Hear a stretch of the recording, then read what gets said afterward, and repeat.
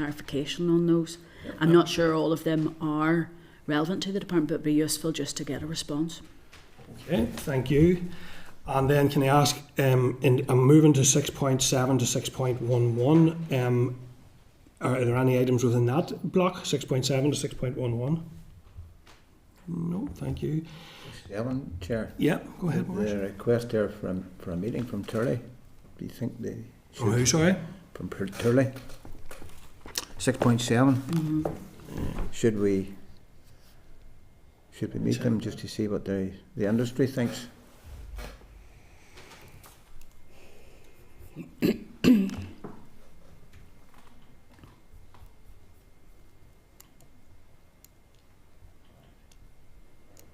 Chair, just on Page that. 140. Yeah, right? yeah. So it's one of those ones, Maurice. I do understand the crossover, but with so many other things, I'm just wondering: is it more an infrastructure? But I'm open to members' suggestion. But I know we have a very packed schedule. I'm just not particular. I'm just thinking that it's relevant to house building, and if the chair thinks that it's worth it, I'd be happy enough. If the chair thinks it's not worth it, I'll also be happy enough. Well, I don't it's not that it's not worth it. It's absolutely worth it. I think it's just whether time.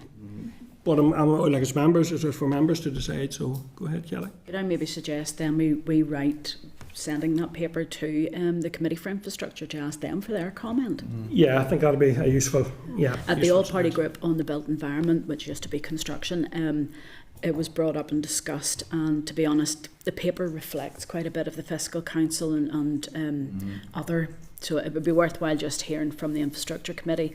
I'm sure they're looking at it as well. Yeah. Okay, so members are content we forward that for comment? Yep. Thank you. Anything else in 6.7 to 6.11, Sharon? Yeah, just on 6.9, the child maintenance, obviously with the consultation having ended, it would just be really useful to get, I suppose, an update of where the department kind of, I suppose, is falling into this and falling in behind the UK government. I mean, I think there have been issues brought up to me in terms of this system not being fit for purpose, particularly if you're a complying parent. It is a system that is designed for non-compliance, and those who are actively paying are still being subjected to the same tone of letters, the same level of communication as someone who is not compliant. So it would just be, I suppose it would be useful to understand when these changes will come into effect in terms of the reform to the service type, and I suppose where we're sitting with the consultation is just a bit of an update on the child maintenance service, if possible. Okay, members content with that suggestion? Yeah. Thank you. Clerk content, yeah? Okay, members. Sorry, Chair. Yeah, go ahead, Can Kelly. I come in on 6.8, page 181? I just want to know if there's going to be a standardised approach for how this is going to work, given the fact that the housing associations will be doing their own investigation and the housing executive can then come in and look at that. So it would be useful to find out from the housing executive if there will be a standardised approach to this, of how each of the grants will be issued and worked on, just given the fact that so many bodies are involved. Members content we seek that information? It's just when we've got Radius and Shelter who have two quite different approaches to how they do the disabled facilities grant support, it would nearly be good, in the old days of ISO standards, that there was a level of ticking off, have they done this with the client and this with the client. It'd be good to see that. Okay, thank you. And members content, yeah. So members, I suggest now the officials from the department are here and the minister here. I suggest now we break there and return to correspondence at items 6.7 to 6.11 and moving on to 6.12 to 6.19 following the briefings, if members are content. Yep. Thank you. Okay. So that means then we're moving on to agenda item 7, ministerial briefing session. I now like to welcome Minister Lyons. Morning. To the meeting, along with the following officials who join the Minister. So we have Mr Colin Boyle, Permanent Secretary, Emer Morelli, Deputy Secretary, Engaged Communities Group. Emer, very welcome. Morning. Mark O'Donnell, Housing Sustainability Group, and John Greer, who's Deputy Secretary in Corporate Services Group. So, Minister, you're very welcome to committee, and I invite you to make a brief opening statement before we move to questions from members. Members have indicated that we wish to ask questions on the theme of strategies, housing, sport and culture and heritage, and a wee bit on the legislative programme as well, if we can get an update on that towards the end. So I'd remind members at this point that the committee is receiving a briefing immediately following the Minister on the June monitoring round, and that's very welcome as well. So, Minister, over to you. Go ahead, please. Mr. Chairman, I know we're limited in time today, and I'm guessing that members would like to get straight to questions, so I'm happy to do that. Okay. Well, thank you, Minister, much appreciated. So, I suppose the first question from me is in relation to, and the first theme we've agreed is around the anti-poverty strategy. We have in recent days seen a number of groups come out to express their concern around the strategy as drafted and as out to consultation at the present time. They're very significant groups, I think you'll agree, Minister, very credible groups with huge amounts of expertise. I also note that there's a very positive framing around their letter, their open letter, in the sense that they're saying they are very keen to work with you and to work with others to ensure that this strategy is effective, and I think that's what we all want. So can I ask what your plans are to engage with that sector on their concerns and to ensure that that positive attitude they have, I think, brought for a long period of time, and the expertise they bring is leveraged into the strategy going forward? Okay, well, thank you. And look, I want to say this first of all about those that have signed the letter.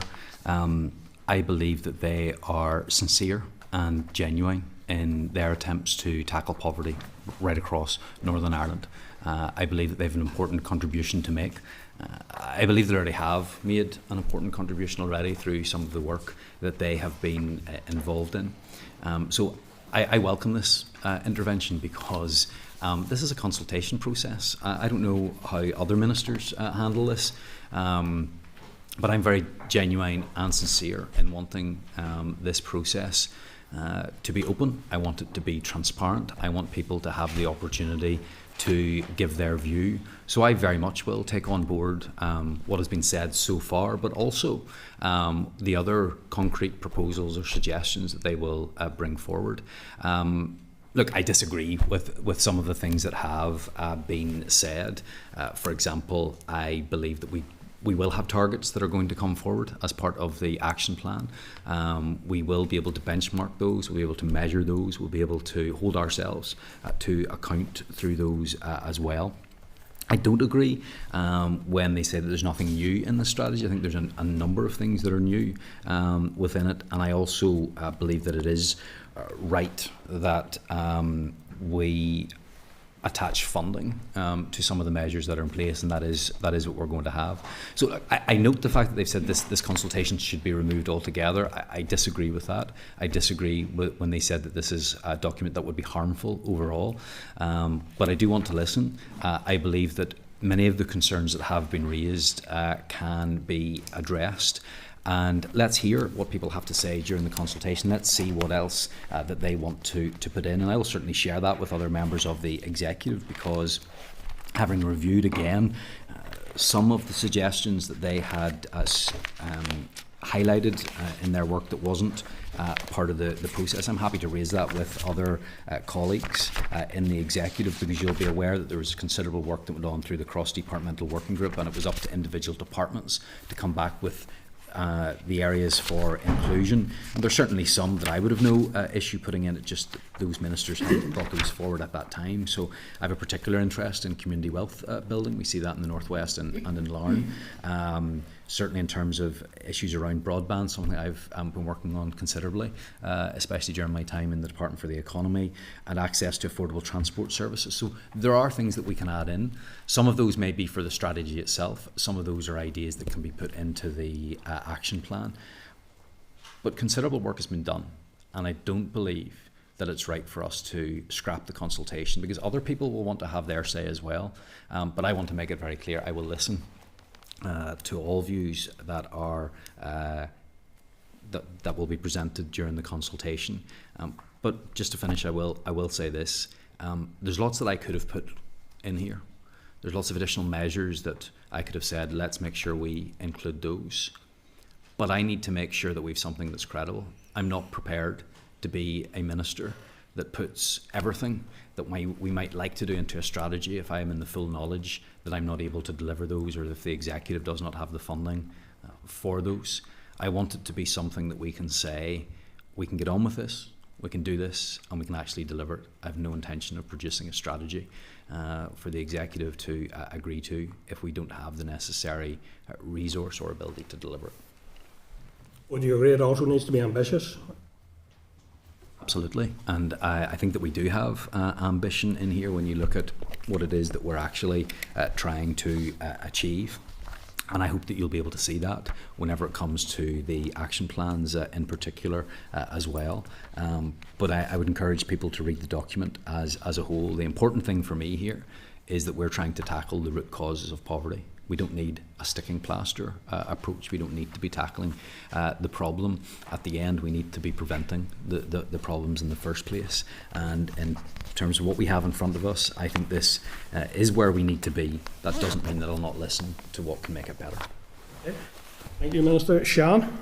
Yep, thanks very much, Minister. It's good to see you at committee. The British government has already announced that they will be rolling out things like the school breakfast scheme, the free school meals to all families that are recipients of universal credit. Now, they've said 100k children out of poverty in England. Have you considered any way that we could contribute, I suppose, or replicate some of that, and the Barna consequentials that will come, hopefully, from those child poverty measures? Is there any indication that could be put towards something along the lines of this type of programme in Northern Ireland? I think the first thing to say is I want the strategy to be agile and flexible, because this will be a 10-year strategy, so I'm not putting something in place and this is it, what we have right now will be it forever. I think what we need to realise is that whenever we are in a constrained budgetary environment, we should look at those measures that are most effective. So, for example, if some of the things you've just mentioned there in terms of free school meals and other issues, if we see them having an impact and if they are effective, then absolutely that's something that we can consider and bring in, and it's something that I will be speaking to the Education Minister about, as I intend to speak to all ministers after the consultation process is over. We will look at the suggestions that have been raised and I will ask them what their view is on whether they find that as affordable, whether it's something that we need the executive to allocate additional funding specifically for. And I think that's the other value in having the strategy, is that we are working in a joined up way. Then we can say, right, well, we've agreed to do this. How do we find the resource that's available? But again, we need to make sure that every pound that we spend is spent wisely, and that every pound that we spend has most effect. There are lots of good things that we can do, but in the limited budgetary situation that we find ourselves in, we need to make sure we're doing the very best, that we're investing in those areas that will have the maximum impact. The approach that we took in terms of the anti-poverty strategy was to bring together this cross-departmental working group, and then ministers brought their own individual actions. If additional ones are being suggested, that's absolutely something we can look at. Okay, and then in terms of the action plan, do we have a timeline of when that will come before us, and what will that look like? What will the action plan that you envision look like, and will it have, as you've just said, it will have targets as part of it, that will be measurable? So I suppose it's really just an understanding of what you envision that will actually look like. Yeah. I suppose it's what we find in most of the strategies that are produced by the executive. Action plans will follow. I want this to be done as quickly as possible. I want to make sure that we have them in place and for the set period of time that we can measure progress against. In terms of the targets, I want to make sure we put targets in place that can properly measure what it is that we are actually trying to achieve. So if we set a goal for something to come into place, that will need to be time bound. We'll need to have a time to do that. We'll need to have a level at which we want to achieve as well. We need to make sure that that's credible and deliverable. Emer, I don't know if you have any specific view on... So work is continuing on the action plan to give the committee that assurance. We're not waiting until the final consultation closes or the final strategy is available. It's working in tandem and obviously will be informed by the consultation responses. The action plan itself, and we're very, very mindful of the recommendations of PAC and the Northern Ireland Audit Committee in respect of targets, measures and indicators, and they will all be brought into play, of course, across the action plan. The action plan, as Minister said, is part of the agility of the strategy, and if an action is deemed not to be working or determined through the monitoring process, it will be stopped or a new action brought in that way to help us turn the curve. So the indicators are very, very important in that framework of monitoring in that space. But work is ongoing on this. We are not, as I say, at a standstill now, and all departments are engaged. Because that is definitely the biggest worry that has been brought up to me. It's just that lack of real tangible, measurable outcomes. And the other thing just is, in terms of specific actions or things that are brought up, there you said there are a number of things that are new. Again, that is really difficult to look at. When I look at that, I don't see that there are very many new initiatives or innovative approaches. It is, and I understand that a lot of that was coming from different departments, but a lot of that, when you look at it, are things that are already ongoing, and that is a genuine worry that we are just putting together a strategy that doesn't have a budget attached to it, and that is just telling us what's already going on. Yeah, and I think that was one of the criticisms that was in the letter from the group, but there are going to be new measures that are put in place, and there will be budgets allocated towards those.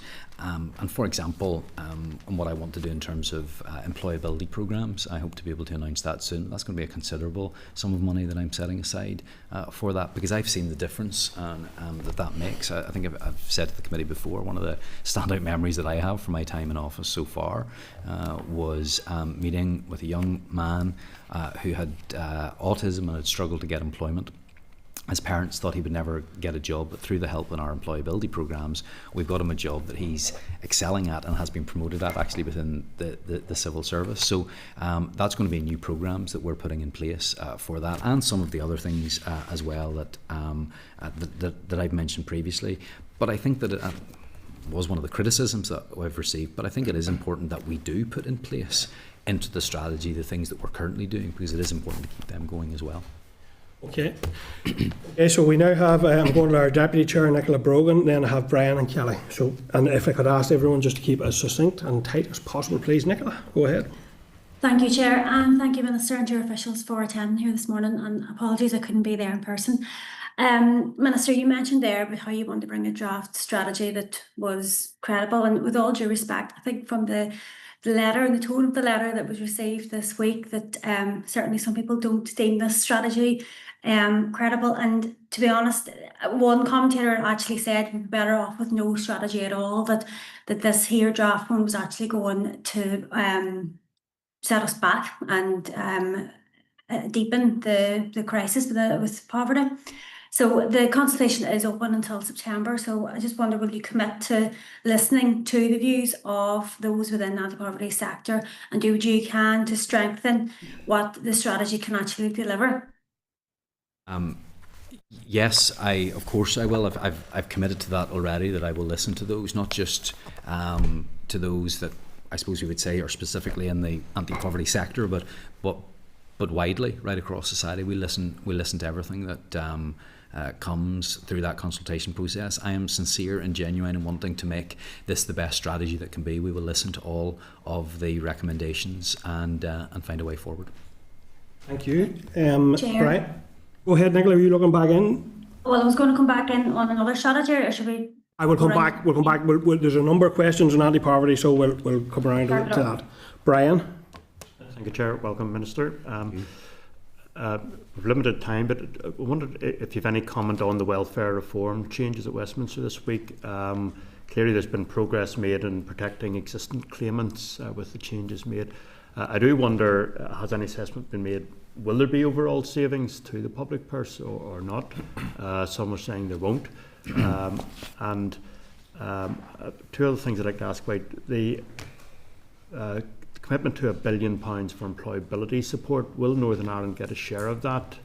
And is there any update on the element of tackling fraud and error within the system? Okay. Look, thanks for those questions. I think it is important to raise it because we can't tackle poverty alone. It is going to require help and assistance from others. And I think that's why it's so important that this strategy is agile as well, because we've seen over the last week the changes that can take place and the impacts that will have. So just take a few of your questions. In terms of employability support, we will get Barnett consequentials for that. And I'll be doing my best working with the Finance Minister to ensure that those are at ring fence and that we can use those, because we have a number of programmes that we can step up. We have seen already how important they are and the real change and difference that they can make. In terms of dealing with poverty, welfare system plays a really, really important role in that. And so I think it is important that I place on record just how appalled I am by this Labour government and how they have conducted themselves over the last number of months. I believe their approach has been shameful.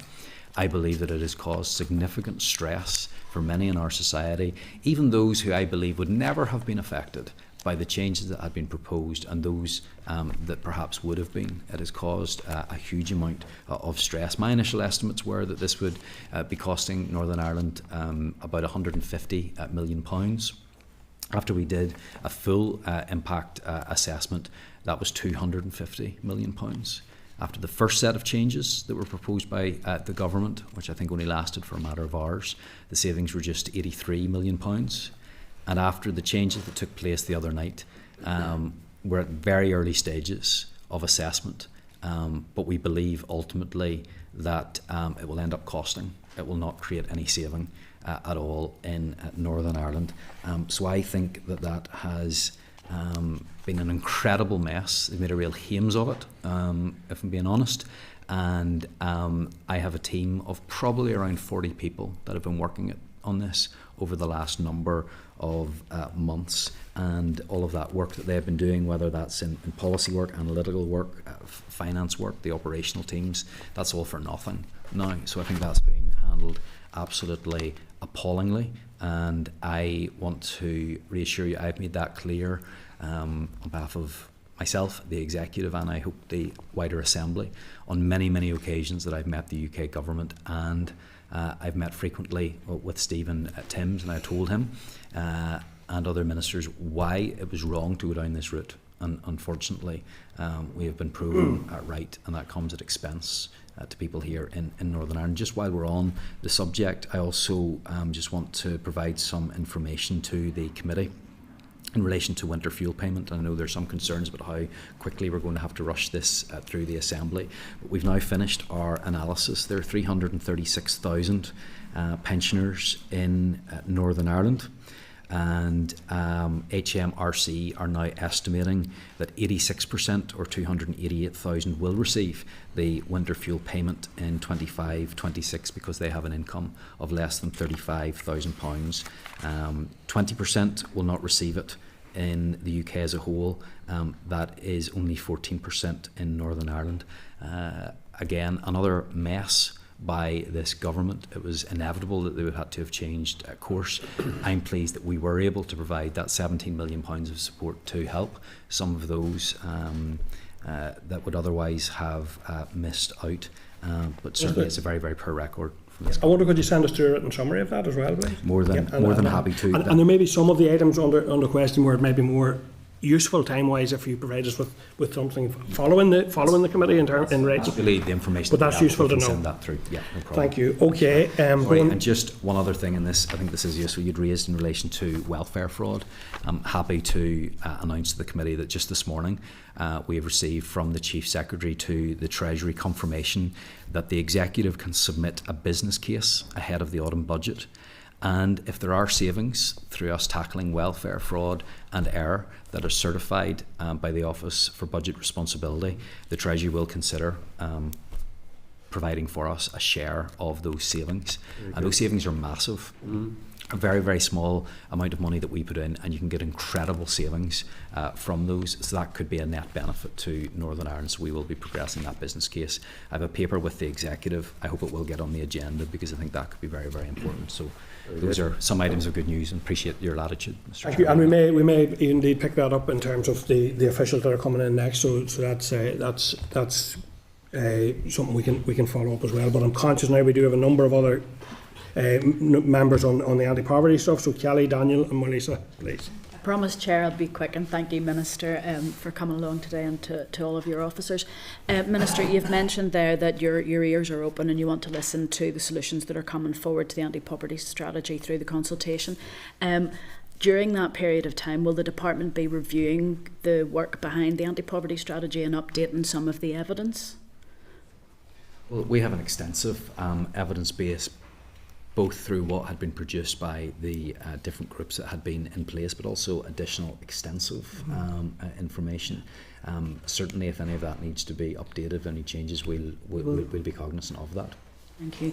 I'm going to try and be very quick with my questions here. I'll try and be quick with the answers. The anti-poverty strategy is a long-term ambition, you know, reaching over a number of years, and I appreciate that there's a financial restraint at this stage. We do want to be ambitious. I'm a little concerned that the anti-poverty strategy seems to be curtailed because of the current financial situation.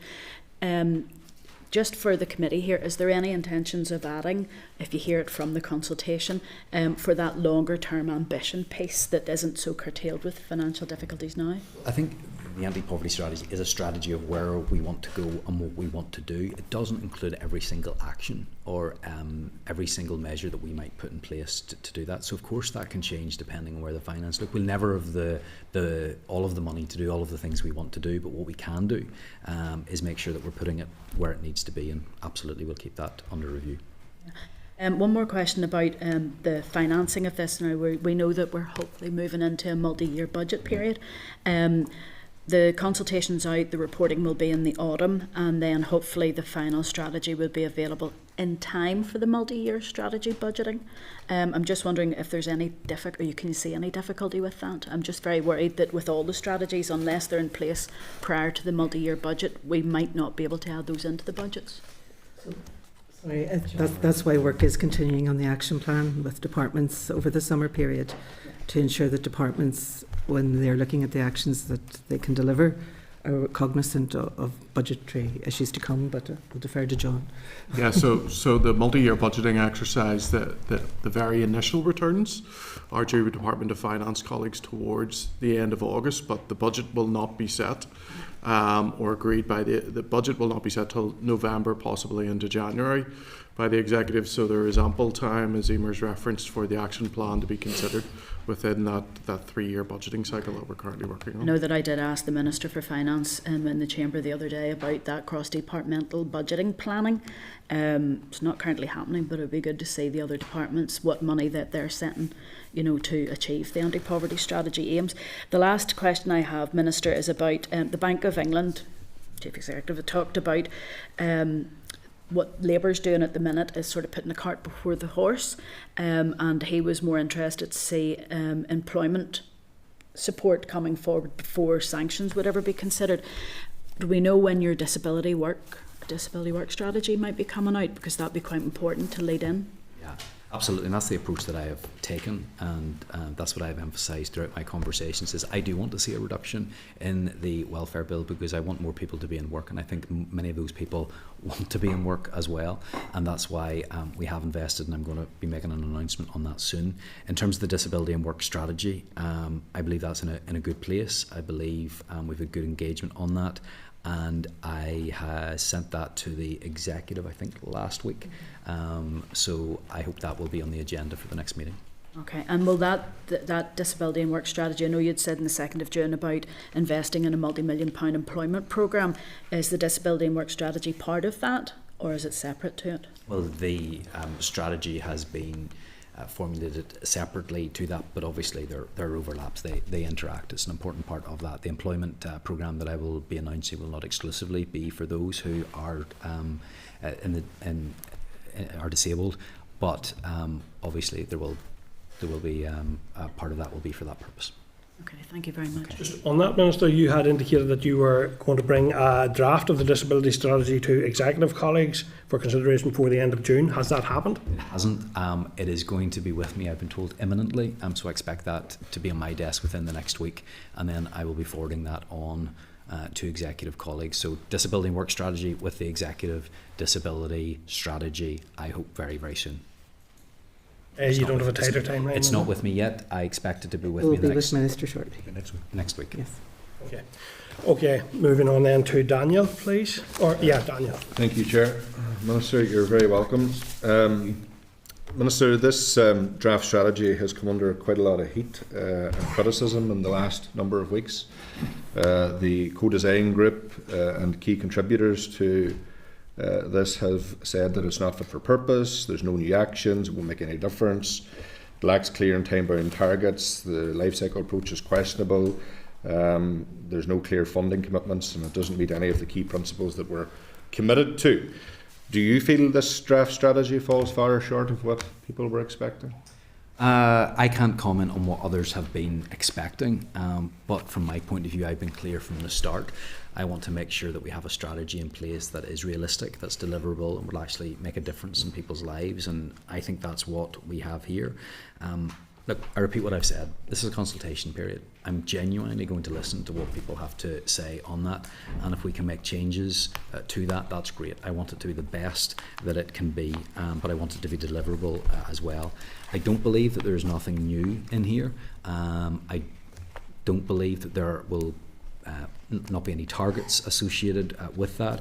It absolutely will be funded. Some of those, for example, one of the things that the group had called for was an extension of welfare mitigations. We've extended those welfare mitigations, we have funded those, we've got an executive agreement, the legislation has gone through.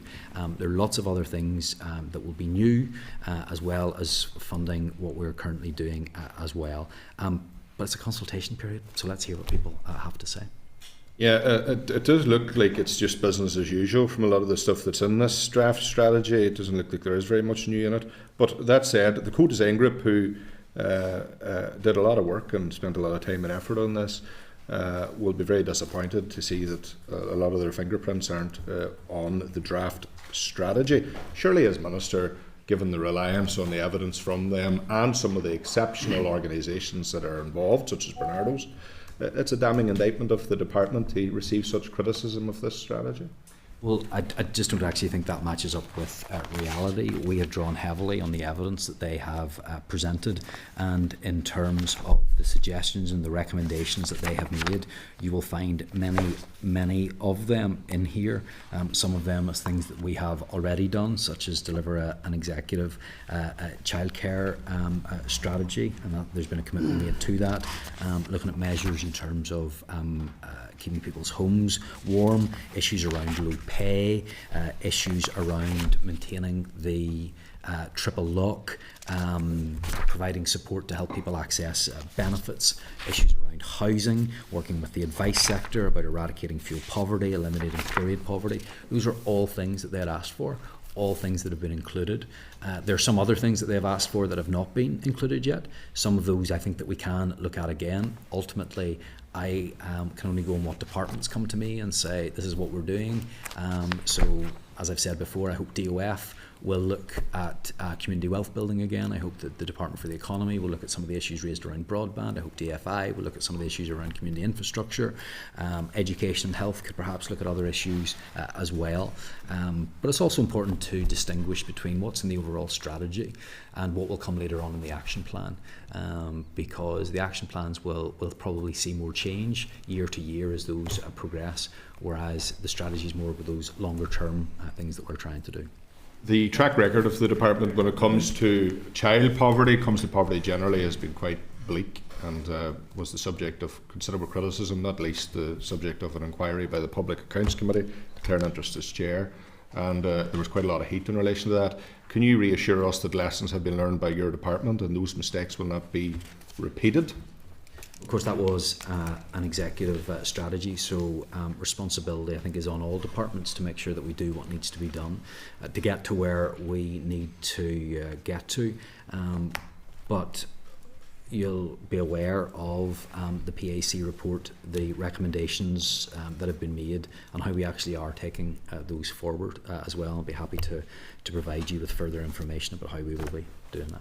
And just finally, Minister, and in a similar vein, as soon as you had made your press release or did your public statement in relation to the draft strategy being agreed by the executive, hot on your heels was the First Minister to say that she was distancing herself from that strategy.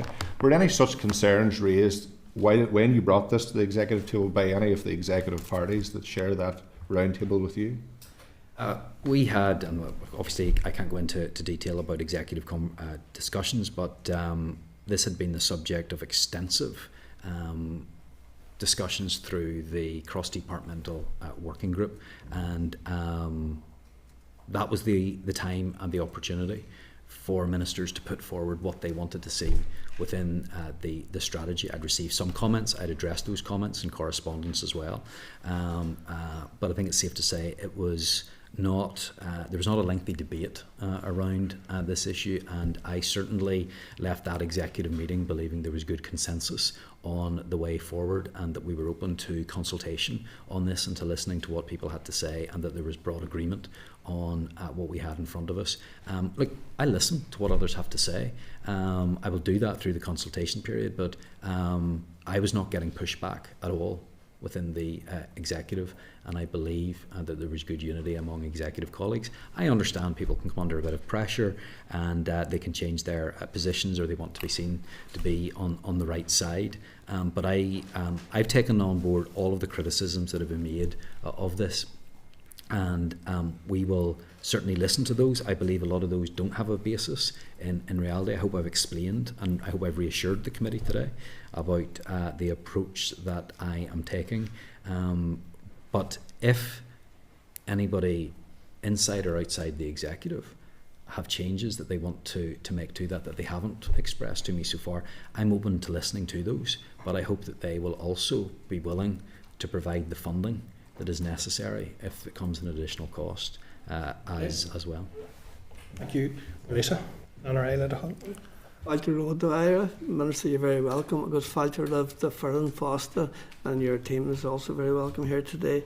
Minister, as a Gaeilgeoir, like I myself am only but too well aware of the importance of the visibility and the accessibility in relation to the Irish language and all aspects of society here in the north of Ireland. In fact, throughout the whole of Ireland, it has proved to be a very, very useful tool in many ways to all Gaeilgeoirs, both its accessibility and its visibility.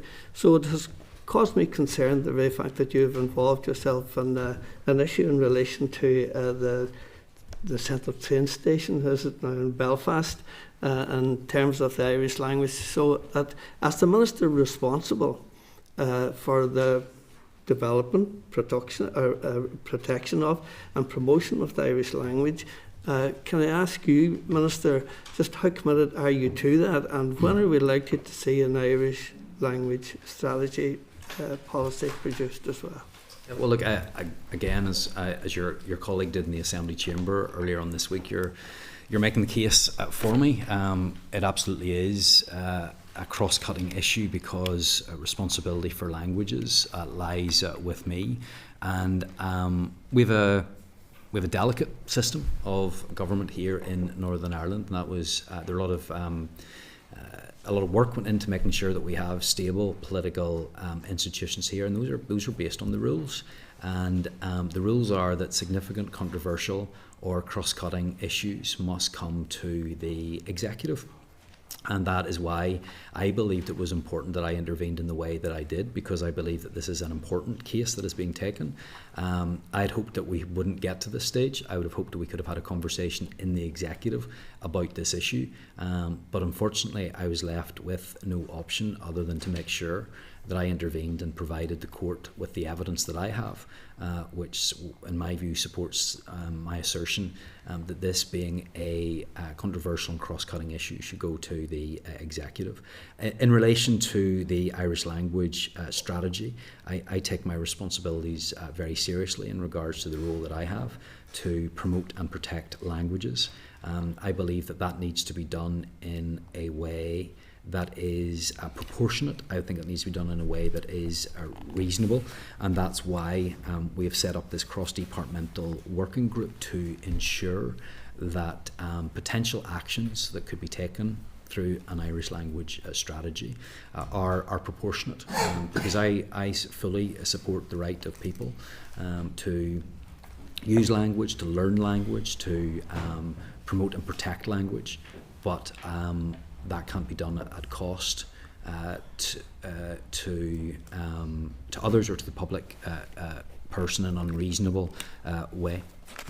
Minister, just on the back of that question, Willie says, so it's very clear that you are the Minister responsible for the promotion and development of the Irish language and other languages.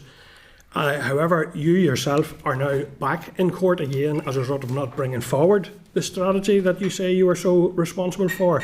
Conor and Gaeilge have said that they are incredibly disappointed to have been left in no position but to seek further remedy from the courts, and that they have seen nothing to convince them that the Minister is in any way treating this as a priority for its development.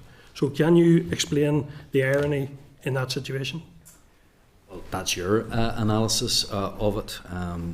I have been clear in the Chamber, in this committee before, that there is a process that we're going through. It is a process that is not dissimilar to anti-poverty strategy, to disability strategies, the others that we have put in place. In fact, it's following very closely to where we are in anti-poverty. There are a number of issues to be looked at. This is not solely an issue for the Department for Communities. It impacts on other departments. That's why we have a cross-departmental working group that is in place, and the departments have nominated representatives to that group, and that work has now started. When will we see a strategy? Obviously that will depend upon others. It's not solely in my gift anymore because of the work that's going back. But Emer, could you briefly maybe update us just on the cross-departmental working group and when that's expected to be finished? Yes, so the executive agreed to nominate senior officials to that working group. That working group is convening. The work that the co-design groups and the Conrad and Gaeilge and the other groups will be provided to the cross-departmental working group as in line with the anti-poverty strategy. Each department then will assess the impact and the ability to take those issues forward. That will form then into the strategy, and the same approach, not stepping outside, has been taken to the Ulster Scots. Yeah, and that's the process, but yes. What's the timeline? So the timeline will be over the summer. We would expect autumn time to be advising Minister. Where it goes from there, then it will need to be considered by the executive. Start of the autumn or the end of the autumn? The autumn's a decent period of time in itself. I'm not going to give any incorrect information to the committee today. We are about to go into summer recess, so have the Deputy Chair here indicating, and then Kelly, and I'll come back to you, Melissa, then to wrap up. I didn't just finish, just only wrapping up, but it says Warren Capital was fine too. In other words, it's like live horse and you'll get oats. And that's very much sort of reflective of how it is that we in the Irish language community feel about the development of the strategy, which is not forthcoming. Nicola? Thanks, Chair. And just in the same vein, obviously it's very, very frustrating for Gaeilge right across the north and right across Ireland who have the right to have their language protected and promoted, to be facing these delays. And, you know, it's obviously very frustrating for the likes of Conor and Gaeilge having to take forward another judicial review just last week because of these delays. I'll not rehearse what's already been said there, but I just would like to know, Minister, what funding has been put in place for the Irish language strategy whenever it does progress. Well, look, I don't agree with the characterisation there. This hasn't been stopped. The work is continuing. But we'll take a different views on that. And in terms of funding, ultimately that will be subject to executive agreement. It's impossible to say here's how much we're going to spend on something when we don't know what actions will be taken forward. But of course, I'll update the committee at every opportunity on that. Yeah, I'll just point out, like, that working group is in place since 2021, so it begs the question what's been happening over the last 4 years and why we're still seeing further delays. So just to be clear, under this, sorry. Well, no, go ahead. You're going to say it's only just been nominated. But yes, so under this executive, the nominations have been refreshed and taken forward. We are not starting from scratch, and I would like to assure the committee on that. We have a wide range of information available to us. But as the Minister said, as an anti-poverty, we are now putting it through the lens of affordability, feasibility, sustainability and deliverability. Thanks, Emer. Kelly? Just on that, John, you mentioned earlier about the timescale for when the budget is being decided, and this applies to the Irish language strategy as to all of the strategies. If the department misses the timetable for the budget, does that mean then that we cannot take forward investment into any action plans if they haven't been brought forward before the budget is determined? Will we just miss the boat on that and it'll be another 3 years before anybody can look at it again? I can't really answer that, Kelly, because I'm not actually sure during that 3-year period what will happen with regard to underspend in that budget period. I would also say that the setting of the 3-year budget period is likely to extend into early of next year. So we would certainly hope to have action plans in place for the majority of our strategies and then cost them into the budget. I would suggest that where we don't have action plans in place, we will have enough information where we will be able to potentially place placeholders with Minister's approval and obviously executive approval for those spend. But I would stress again that the important thing in setting all these strategies and the action plans is that those strategies are deliverable and realistic within a very constrained budget that we are likely to be challenged by for the next 3 years. Just for clarification, this committee, to be honest, is going to hold your feet to the fire on this one, because in that multi-year budget, if we have strategies that don't deliver and don't bring forward an action plan in order to have placeholders or a budget set to them, that will be effectively killing off that theme. So I just say to you, it would be very useful for this committee to receive an idea of the placeholders as soon as possible, and if any are not being brought forward into consideration for the multi-year budget, why not? And I'm interested, for instance, in the gender one, in the LGBTQ, in all of the strategies, the age one, like we've got a member having to bring forward a private member's bill on that. There's a lot of strategies there that if we don't have placeholders for, that this is parts of Section 75 that are not going to have appropriate strategies set for them. So could I just ask then, can we get an update then in the autumn of what the placeholders will be that are being put forward for that? Because we want to support the bids going forward from the department, but it's very hard to do that when we don't have the detail. And I appreciate that you guys don't have the detail, but my goodness, this is, we're back over a year and we still don't have these strategies. I would say, just for clarity, not all of the actions will require additional expenditure. It's important to consider that as well. But the other departments will be required to step up for a cross-cutting strategy. So the longer that they take from thinking about what they have to do as well to produce the action plans too. I'm just very concerned that this department, because we have the lead on these strategies, that we're going to miss out on a multi-year budget. Okay, we have a lot more to cover, so Daniel, very briefly, please. Minister, not to sound condescending, but you're an extremely capable, tuned-in individual in the Assembly. I find it really depressing and disappointing and poor judgment that you've hooked yourself onto Jamie Bryson's cart in relation to Grand Central. How did you reach that decision in terms of the Irish language science to join that judicial review, to intervene in it? And what exactly does that mean for your department, just for the sake of public record? So I had hoped that I would hope that no case would have had to be taken at all. I would have hoped that what I believe and the advice that I received is very clear in terms of the responsibilities on other ministers. I could have gone straight ahead. I could have taken legal action straight away, because I think it is important that we uphold the law and that ministers are subject to that just the same as everybody else. But despite many attempts, both at executive meetings and through correspondence and through other ministers as well, that didn't happen. So I gave as much time, as much latitude as I could. The minister was not forthcoming. Obviously a case had already been taken at that stage, but I believe that it was important, and the court has agreed, that I have information that would be useful to that, which helps to prove my assertion, and that's why I've taken this forward. So even though there's no executive consensus in terms of the necessary action, legal or otherwise, you had it within your grasp to go ahead and take a legal action or involve yourself in that judicial review without the consent or agreement of the executive? Is that within your power, is the question I'm asking? Yes, and there's precedent for that. And is that the same for every minister? For instance, the Minister for Infrastructure this week says she needs executive consent to appeal the JR on the A5.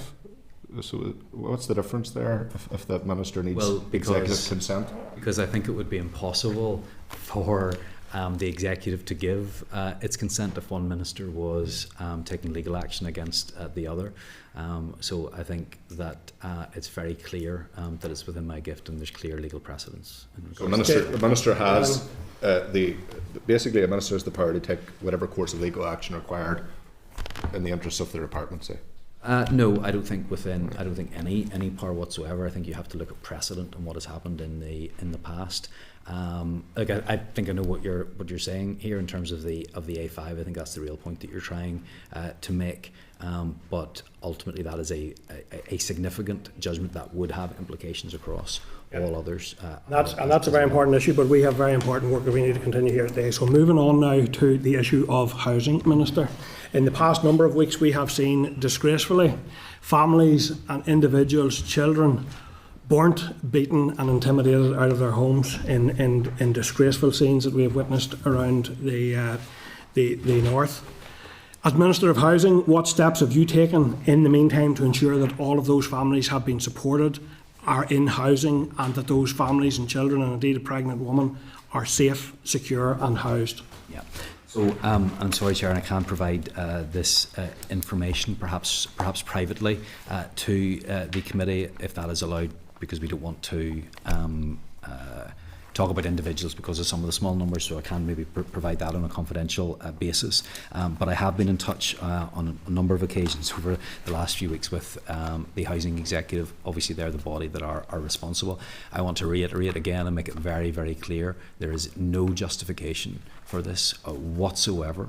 Violence is never right, never has been right at all. And although it is an operational matter for the Housing Executive, I have been in touch and with the Chief Executive to offer my full support, and I've offered myself personally in any way in which I can be helpful as well. Thank you. Kelly? Minister, have you visited any of those families that were put out just to show support? I have offered to the Housing Executive and said to the Chief Executive that I'd be happy to meet with anybody that's been affected. That hasn't been taken up yet, and for perhaps understandable reasons, people maybe don't want that focus or that attention, so I've made myself available. If anyone would like to meet with me to talk about this, I'm more than happy to. I'm not going to push myself on others either. Just in regards to the A5, just going back to housing, the climate change decision that was taken the other day has a remarkable reverberation across all departments, and that includes house building. Has there been any review of plans and projects in housing to make sure that it can comply with climate change, for instance, like the design standards and so on, the way that housing is taken forward? So you're right to say this will have wide-ranging consequences. We just don't know how wide-ranging at this moment in time. We've had conversations with DSO. I've also I've taken other legal advice on this, and at the minute the answer is we don't know. We're not sure.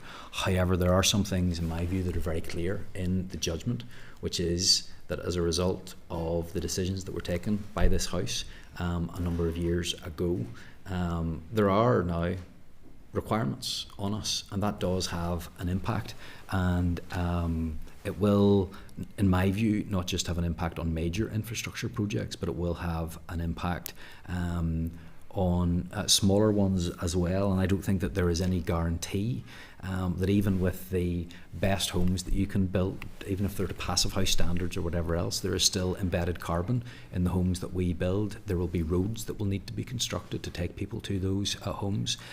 So, I really do believe we have created difficulties for ourselves in the legislation that we have passed. We may be able to find a way through, but I think that there will need to be trade-offs. Best case scenario, this will simply be about trade-offs, and the executive having to sit down and work out what needs to be done. That's why I've written to the DERA Minister, and I've asked him to consider the targets, and can we go to something that is realistic. We've talked a lot today about expert groups. Expert groups at that time in 2022 were very, very clear. Don't go to net zero 100% by 2050 because of the unique circumstances we have here in Northern Ireland. So we're getting advice, but my concern is, yes, house building and the carbon associated with that will create problems for us.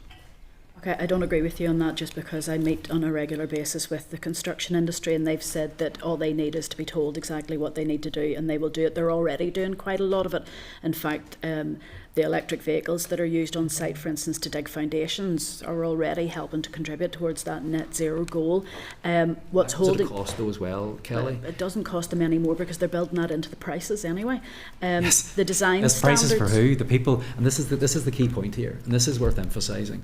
Those will go to the cost. Those will go to somebody else. Who do those costs go to? Those costs go to the people who have to build the homes.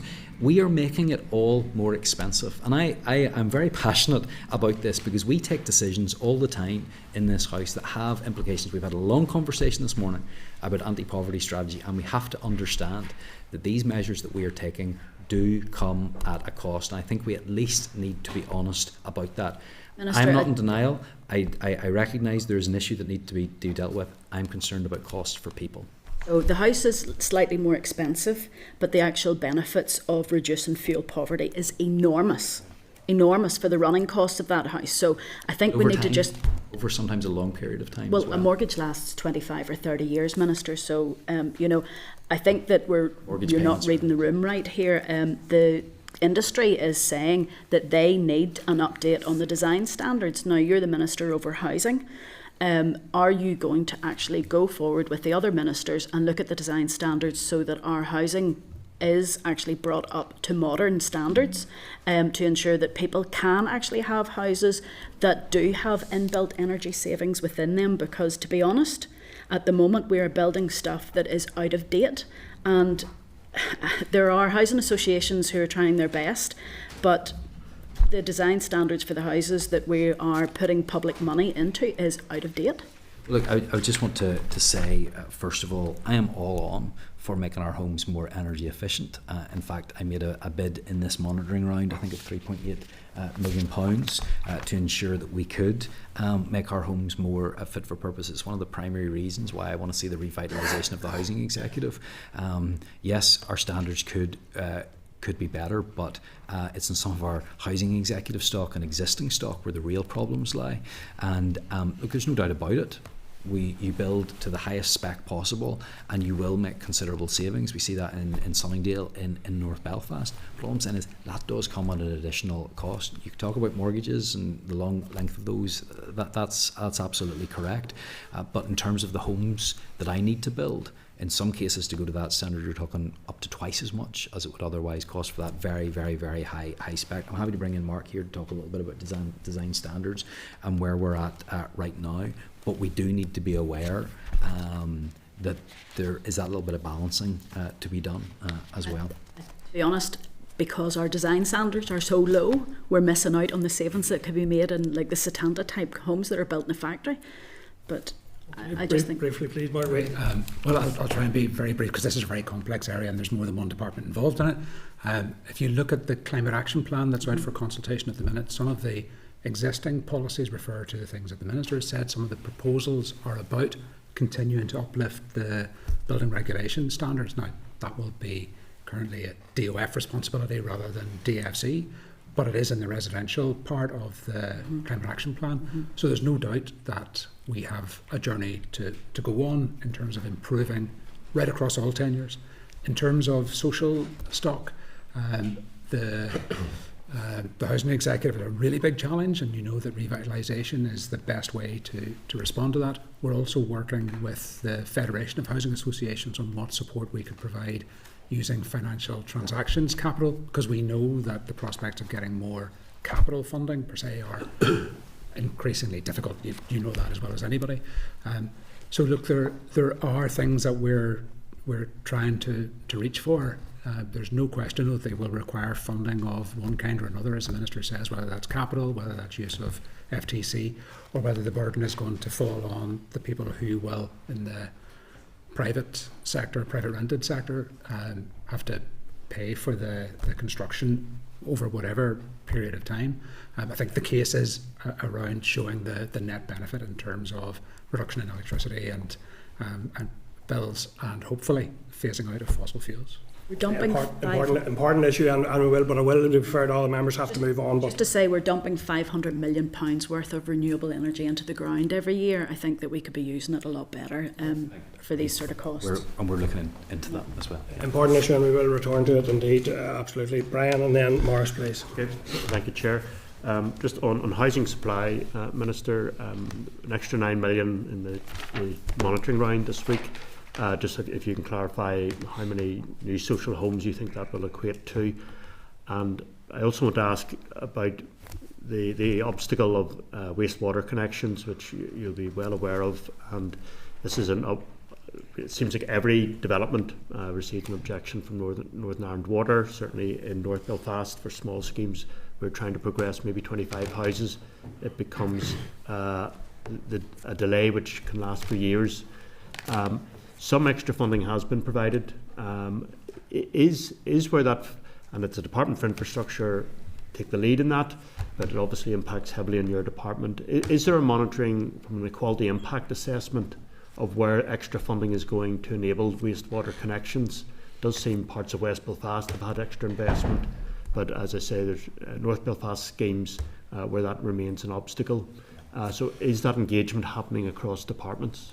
Okay, so on your first question, yes, I've secured an additional £9 million for social housing. Doesn't go far enough, but we're looking to do what we did last year, which was we didn't expect to meet our targets. More money became available. £9 million this year, in this monitoring round, plus first call on the first £2 million next time round, and we're talking roughly 135 homes or so thereabouts. Yeah, more work would need to be done just to refine that, but that's about right. It's a ballpark figure of about 135. Yes, wastewater infrastructure, massive issue. I met with the Infrastructure Minister this week. I think this actually shows the benefit of the housing supply strategy and the programme for government commitment, because we have seen additional money allocated this year to ensure connections for homes that were needing to be built. And certainly our experience so far, Mark, is that the housing supply strategy has been useful in that way, in getting departments to work better together. So that's something that I hope will continue, but I made it very clear to the Infrastructure Minister when I met her on Monday that this is something that is essential for us. We need to make sure that we can connect the homes that we're trying to build. That's a priority for me as well. Okay. Brian. Morris, please. Thank you very much, Chair. Welcome to the meeting, Minister. Minister, we heard this morning in the radio that the illegal waste dumping is costing, it's a loss of £17 million of revenue, notwithstanding the cost that it takes to remove that waste and the damage to the environment. You spoke about trade-offs there. How do you imagine that type of trade-off against major infrastructure projects that are in the offing if illegal waste is to be tackled properly? Yeah, well, look, not directly in my responsibility, but you're absolutely right. This all has an impact on other departments as well, and I'm not sure if it's something that any of my team have had any work on recently, but yeah, mostly a dear issue, but more than happy to work with them. But yeah, you're right in terms of the costs. That's money that's not available to be allocated elsewhere. Thank you, Chair. Daniel. Yeah, thank you, Chair. Just briefly, Minister, your department bid for 230 million to build new social homes. The Minister for Finance allocated 63 and then a further 9, obviously, in this monitoring round, 72, isn't that right? What conversations did you have with the Finance Minister, or did he had with you, as to why he allocated so little, which is far short of what was expected, given that this is supposed to be a priority for all parties around the executive? Yes, so there's also £100 million there of RIR, so I was short roughly about £63 million this year. I've got 9 now with the promise of an additional 2, so that number is coming down. I made very clear representations to the Finance Minister, both in correspondence and at the executive meeting. I have told him that this is not enough for us to do what we need to do. I think I got my message across. I think that has been clear, and I've requested that the Finance Minister meet with me so that we can have a plan for the way forward. We need to make sure that we have a very clear path to how we get to meeting those targets. I haven't given up on them. The SDLP have said that I have, but I can guarantee you, Mr. McCrossan, I have not given up on that. I will get every single pound that I can for more social housing, and in addition, I have been working on a set of proposals in regards to how we can reduce the cost of social housing, in particular around what we can do with public sector land. I have an executive paper, and I want to meet with the Finance Minister first to get his support for that, and I believe we have a way forward that can reduce in the longer term the cost of housing. So you'll be aware of the considerable progress that I've made in terms of housing, the new and innovative things that we have been doing, whether it's reducing the cost of temporary accommodation by using housing executive reserves to purchase 600 homes, whether it's the introduction of intermediate rent, and the additional money that we have secured, 153 million of financial transactions capital to expand co-ownership. Lots of things that we're doing. We can't do things that we've always done them. We have to look at new, innovative ways of doing things. That's what I'm committed to, as well as pursuing that additional funding. And I will be more than happy if you want to join me in that, in making those representations to the Finance Minister, to the First Minister, and to other executive colleagues. Hey, Minister, there's a couple, I know we're very tight for time, there's a couple of things can we just whiz quickly through when we have you here? We are over, I'm afraid, but... Can you just give us a few generous given you haven't been with us since Chairman, 27th, you haven't been with us since 27th of February. I'm prepared to give you some more time. Now, that being said, I haven't been asked to come either, and I'm more than happy to come to the committee anytime you would like. Well, we had an agreement that it would be quarterly, which has gone beyond. So, but let's not waste any more time on that. We'll come back to that one. Happy to give you a few minutes. In terms of sport, and there's been a recent announcement, the British government have allocated, very welcome announcement, an additional 50 million towards Casement Park, a key executive commitment, flagship project, and I am curious to know, in your role as Minister, given that announcement, what are you now doing to ensure that project is delivered? Well, the first thing that we need, and what we don't have, is clarity on exactly what this money is and what this means. I know that discussions are ongoing between DOF and the Treasury, but I think it's fair to say that we don't have clarity on exactly what that means in terms of debt, what that means in terms of equity. So that is something that will need to be bottomed out, but other work can go on in the meantime. What work are you? That's what I'm asking. What work are you doing? Well, look, again, as I've said, this is not necessarily a project, our own project. You'll be aware of what happened in the past with Windsor and with Ravenhill. We were a grant-giving organisation. So I think a few things still need to happen. The Finance Minister has requested a meeting with me, which I would like to bottom out some of the issues around exactly what that means, because it's not simple and it's not straightforward. We'll hear, I'm sure, more of this soon. We need to figure that out. Secondly, I think the GAA, and I know they're taking time to consider this, but I think the GAA need to consider what this means for their plans. I think they need to consider their strategic need and what way they want to take this forward, and if they're committed to what is still on the table. We haven't had anyone reach out yet in relation to that, but certainly in terms of a meeting with me personally, but certainly that engagement can absolutely continue, and let's get those issues bottomed out. We're engaging on an ongoing basis at official level and all of that. Okay. So it is ongoing. Okay, thank you, Minister. I'm just... Sorry, and of course I should just say, because it always seems to happen, I'm not forgetting about other sports in this. I recognise there were 4 different projects at one stage, the sub-regional, Casement, Ravenhill and Windsor. 2 of those are proceeding, 2 haven't, and because there was a package in place at that time, I think it's important that we consider them in the round. Yeah, Russ? Thank you, Chair. It brings me on to my question about football. And Minister, I declare an interest on the sport from the offset. But Minister, could I ask you, what budget requirements do you think are needed following the assessed need of the football clubs identified in the Northern Ireland Football Fund and the impending grassroots delivery? We don't have a final figure for that. I've estimated the need before to be £200 million. we've obviously received applications. I haven't seen any of those yet. Those are being assessed for the main element of the football fund, but together with the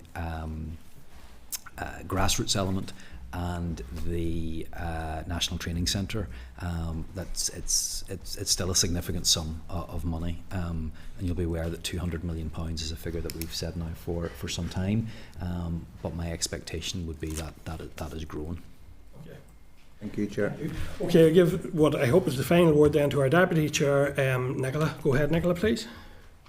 Thanks, Chair. I was actually going to move on to the next thing if everyone else has managed that there. Thank you. Minister, you have recently made a number of announcements on different funding streams, which are welcome. I know there was one for musical instruments and one last week on the Community Infrastructure Fund. There was also an announcement for £40,000 towards Orange Fest. So I wonder, can you tell me how you and your department will ensure that this money is spent in a way that really promotes values of diversity and inclusion and respect for all cultural traditions? Yep. Yes, I've been really pleased that we have been able to make a number of announcements over the last number of weeks. Dealing with poverty, dealing with housing, and these issues are really important. But there are other important elements in my department, such as culture and the arts, and that's something that I'm keen to promote. And in particular, I've listened to the concerns that have been raised around Arts Council funding and the distribution of that. In particular in terms of locations, and the Musical Instruments Fund is a great way of ensuring that we get more people involved in music, whether those are professional musicians that need help, whether it's school groups, other non-professional groups or bands, and the same way in terms of the funding that has been made available for Orange Fest. That was money that was previously in place. I think that was removed. I'm not sure what year that was removed, but that's been put back in place, and I was pleased to be at the launch of that last week in Belfast City Hall. And it's very clear from the organisers that what they're wanting to do is create a very different atmosphere in Belfast City Centre and beyond in terms of the 12th of July, and they want to make it welcoming, and in particular they had highlighted how they want to make it open and welcoming to those from outside of Northern Ireland that might be visiting, tourists that might be interested as well. So look, as with any of our grants, there are responsibilities, and they need to demonstrate how that money is being used, and I'll certainly be able to provide details on that to the committee. Okay, thanks for that. In regards to the funding for musical instruments, I know there are 3 strands to that there. Are the 3 strands equally funded? Funds equally distributed? Would you have the breakdown for those? We can provide the written breakdown. We can provide those, but no, they're not equally funded. I know the professional musicians one's probably the smallest, and then the non-professional amateur groups one would be larger than that. But we can get you the breakdown, Nicola. I would say that it changes every year as well. It's not a set sum. And again, Minister, in regards to that there, how do you promote the likes of that there fund to make sure that all cultural traditions are aware that fund is available? So that all different organisations, the likes of Cultus and that there, are aware of this funding being available. How do you and your department actually promote it? Well, first of all, I promoted it by doing the announcement in the Great Hall, and I think we had everybody covered there, didn't we? We had the professional and non-professional groups, and did we have someone from Cultus there as well? I think we did. So certainly we put it out there. We let people know what it's for, who can apply. We'll provide whatever assistance is necessary to that as well. And certainly, if Nicola, if you or any other members of the committee would like to know more about that and how people can apply, we're more than happy to provide that information. That'd be helpful. Chair, just one final question on this theme, and it's about Flag on the Herons coming to Belfast next year. Minister, you'll be well aware of that there, and you'll be well aware of the positive kind of consequences of having the FLA in Belfast. It's a massive festival right across Ireland, and there'll be over 500,000 people will be coming to Belfast because of it, which will also obviously provide a massive economic boost for the city. So I just wonder what you and your department are doing to support the flag coming next year, and then even for the bid for 2027 as well. Yeah, I think this is great news, not just for Belfast, but for Northern Ireland as a whole, because it's an opportunity for us to display our culture and our music, and right across all genders and from all backgrounds, and importantly from all communities as well. And I met with the organisers a couple of months ago now, maybe. So look, I think that Belfast City Council have an important role to play here in the Department for the Economy and Tourism NI primarily, but I've said I'm very keen to help in whatever way that I can. Look, it's not primarily an issue for ourselves, but where support can be given, we're happy to do that, because I recognise it is going to be a significant event. And I think it is an opportunity for us to showcase, like I said, not just Belfast, but all from many different parts of Northern Ireland, not just Belfast. And so I hope that will happen. And I've been very encouraged by speaking to the organisers and how they want to make sure it's an inclusive event. So I've said I'm happy to meet with them again later on this year to see what, if any, assistance we can provide. Thank you. And Kelly had indicated then she wanted to ask a brief question then on terms of legislation in order to allow us to plan. So Kelly, we're obviously as a committee working through the sign language legislation. This week we've passed in the House an executive debate on the legislative timetable. It was just if you can give us an idea of anything planned coming through in the autumn time, because then it means that we can move forward. Yeah, I'm sorry, I don't have that information with me now. We've obviously introduced 4 bills so far. There'll be 7 in total. I can get you that information, but perhaps this might be an opportunity just for me to put on record my concern. I saw a RAG status for our legislation the other day. Everything is going as expected, with the exception of the sign language bill. Obviously, you've extended that for a year of committee scrutiny, and I have a slight concern that is going on. So I know you've got that extra time to do it, but I don't know if it's appropriate. But I would like just to put on record my concern, because there will be a lot coming towards the end of the mandate, and if that could be brought forward so that I can get that into the House as soon as possible, that would really help me, because that's a piece of legislation that's been people have been waiting on for a long time, and anything that you could do on that to help move that forward would be very important, because that's now outside of my original timeline for that. I think, Minister, just to be very clear, I'm a member of the deaf community, so I'll declare that the effective scrutiny that this Assembly has allowed us to do through interpreters has required that extra time. So I think, to be honest, we would be welcomed, actually, because it's been said to us that unlike other places, deaf people feel that they're being listened to through our consultation way. We give ourselves a longer piece of time to allow that. I don't know whether we'll need that, but to be honest, it's extraordinarily difficult, and that's why we need a sign language bill, of the amount of lack of communications for people who are deaf. That's exactly what I just said, which is you've got the extra time. I didn't vote against it. I didn't make any comment on it at the time, but I'm just saying the only thing worse than not properly taking the time to do it was taking too much time to the point that we may struggle. So all I'm saying is, and I think you agree with me, is if you don't need to use all of that time, don't use it all. But I recognise how important this is. I want to see this done, and I want to see it done well. And I hope that we could work together, and anything we can do to help speed up that process, not losing anything in the process of doing that, of course. And we have never taken that we have always taken that as a target. There are very specific requirements for this community to be engaged with, and material has to be produced, translated and sent out, and all of that. The community have expressed to us their appreciation of how engaged the department was in the development of the bill. We want to apply the same level of scrutiny, and I appreciate your offer that you will expedite, Annie, because there is a clear sort of a list of things that would appear that we may have value, and we will be returning those to you, and hopefully that process can come back. But we'll certainly do all we can, and we will do it in a way which meets the needs of that very unique and colourful and wonderful community.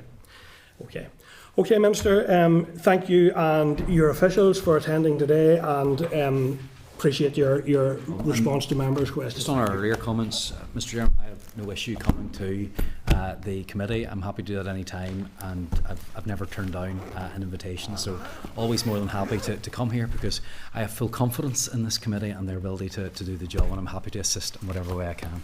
Thank you, Minister. Okay. Thank you. Okay. Enjoy recess. I don't get a recess. We're still going to be here. Those three areas. Okay, members, so we'll just do a wee quick round-up then before we move forward. But there's a number of items that we have already identified here that we have agreed that the Department will send back on foot of questions that have been asked. So that's additional info on the winter fuel payments, the rehousing arrangements following unrest and people being intimidated from their homes, and the funding for the various strands of the instrument scheme funding. So are there any other actions that members want to indicate? And I see Nicola is on screen there already. Nicola. Yeah, thanks. I just wonder, could we maybe invite the organisers of Orange Fest into the committee, and maybe they could present us exactly what they do, and I suppose how these funds are used to be inclusive. And like the Minister there was very clear that he's confident that they're used well, you know, so it might be a worthy suggestion. Yeah, members can add. Yeah. Daniel. I'm just keen to further tease out the action taken by the Minister in relation to the Irish language signs at Central Station. Just to question really whether he does have authority to take that unilateral action. It just doesn't sit right with me. You know, there's obviously various, you know, I've said the E5. I would just do want to issue. I know we know the caution that it is a live legal case, so just. Yes, no, I'm not going into the details of it, but I'm saying it's really questioning whether the Minister has the power to take that action unilaterally without the consent of executive colleagues. I know it's a bit more tricky than that, but there's a wider issue here that I would have concerns about. Who does it serve? Any other thoughts, members? Kelly? Yeah, on the 2nd of June, the Minister had announced investing a multi-million-pound employment programme, and we've asked him about it today. Where's that money coming from? Because it hasn't appeared on any budgets to date, and I just don't know, given the financial constraints that they keep talking about, who's that going to take from in order to be delivered. The disability strategy and the disability work strategy appear to be indicated that they're due out in recess. If we get a copy of that, can that be circulated as soon as possible to all of us? Yep. The other thing is, I am extremely concerned about the multi-year budgets coming forward, and John made it very clear that there's deadlines for that. If the strategies that are going forward and the reports that need to be made, and then the final strategy and the action plans miss that deadline, can we get a written assurance that those placeholders will be treated? They're not there just to cover, you know, and to make an excuse of money. But I think we need to be assured as this committee that those strategies that were put into New Decade, New Approach as things that needed to be dealt with, that they're not just going to be kicked down the road because we're going to miss this multi-year budgeting scheme. So a written update on that multi-year budget and the impact or assurances, of not having that those strategies are not being forgotten, are not being left out. Maybe that could be raised with the next briefing to see whether they can address it to some extent now, and then the committee can consider that work. Yeah, and what was the previous bit you said around the disability strategy, around the employment support? Did you get the detail It's of that? where that money's coming from. You know, the Minister has talked about the multi-million pounds investment into this employment. Where's it coming from? I suppose these guys that are coming in might know. Yeah. Okay. On that one, Lisa? And just, Chair, and I was hoping that we might have actually got to the question too in relation to the Community Infrastructure Fund. And I'd like to have asked the Minister just that in terms of the definition of community buildings and how it is that they will access grants and the likes of it. And what I'm thinking on here in particular, you know, is that particular football clubs and the likes of it, many of them are located in areas where they suffered damage, you know, as a result of flooding and the likes of it. And these are the same clubs and organisations that provide a very vital role, and particularly during the time of COVID, whenever many of their members and the likes of it from their and I'm thinking, okay, of my own GAA club and that they provided meals and that to the community. And that I'd hope just that in terms of that community infrastructure fund, that the likes of the GAA clubs and their, you know, where they do have club rooms and the likes of it are recognised, and that they can access that funding. So would the question be to ask for the criteria to be forwarded to committee as soon as possible? Yeah. So, and we may look at a briefing in the future on that. It's an interesting idea. And sorry, one and Chair specifically, sorry. Just following up on... Just a second, Morris. No, I was just going to say, and specifically whether sports club facilities and buildings are included in those criteria. Well, sports clubs are mentioned in the preamble. So I think the sports club, but what I'd like to know is the defined criteria, but absolutely, sports club, they are mentioned in the... Yeah, I was just and Morris. going to open it up to say that we need to look at all sports clubs. Yeah. You know. I think that's the way it's framed. I only use my own club as an example of the very important role that they play within the community. And many of them, as I say, are located in areas, i.e. next to rivers and the likes of it, because of the nature of the grounds that where they suffered. I think there's tremendous resilience we could build into communities with a little bit of attention to that type of scheme. So thanks for that, Brian. Just combining that point with what Morris asked earlier, if we could maybe ask for an update formally on the Northern Ireland Football Fund when allocations be made, and if they can give us an indication of the scale of applications, because you were asking that question, but when will the funding be announced? Yeah, members content, we seek that. I think we should also, there wasn't a great deal of clarity around casement project. I think we could also ask for a written update on that to keep an idea on what, given that announcement, has hopefully unlocked a further complication that now we see where the department are. So it wasn't time to probe that very much. Anything else, members? No, the rest of it's all for these guys. Okay. Okay, Clerk. Those all approved? I think members are all agreed with those, yes? Need them to share information. Members, we're heading to the June Monday briefing, but I suggest we take a quick comfort break just before we get that. So take a 5-minute break, please. I'm back for 11:45. Thank you. Committee Room 29. Sound.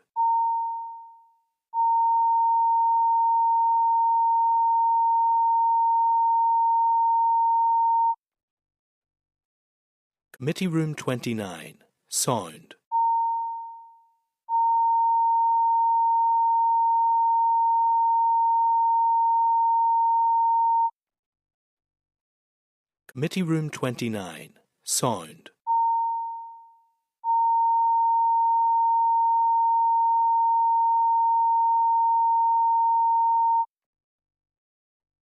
Committee Room 29. Sound.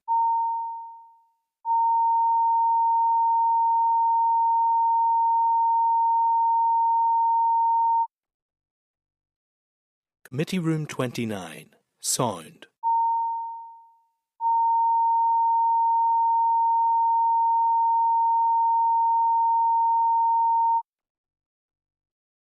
Committee Room 29. Sound.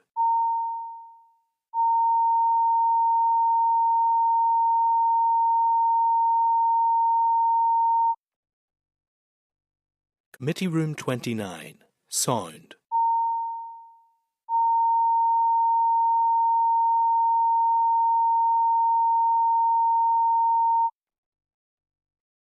Committee Room 29. Sound. Committee Room 29. Sound.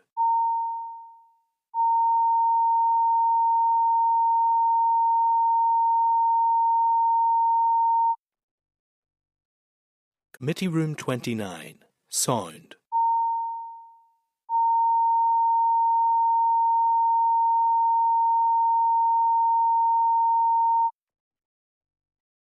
Committee Room 29. Sound.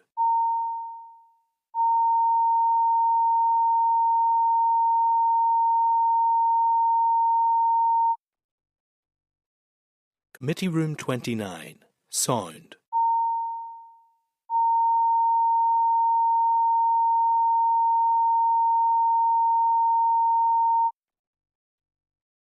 Committee Room 29.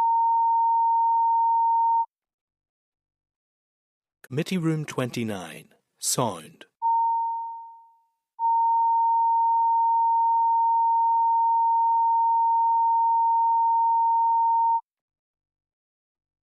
Committee Room 29, Sound.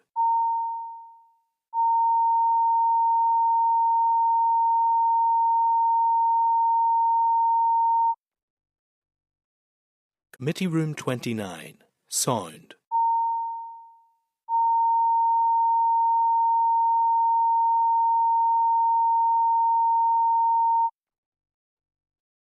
Committee Room 29, Sound.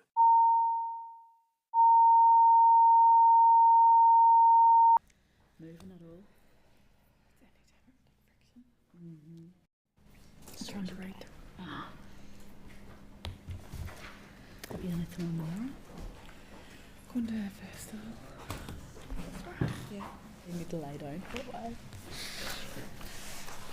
Okay, well, I'm waiting for broadcast confirmation.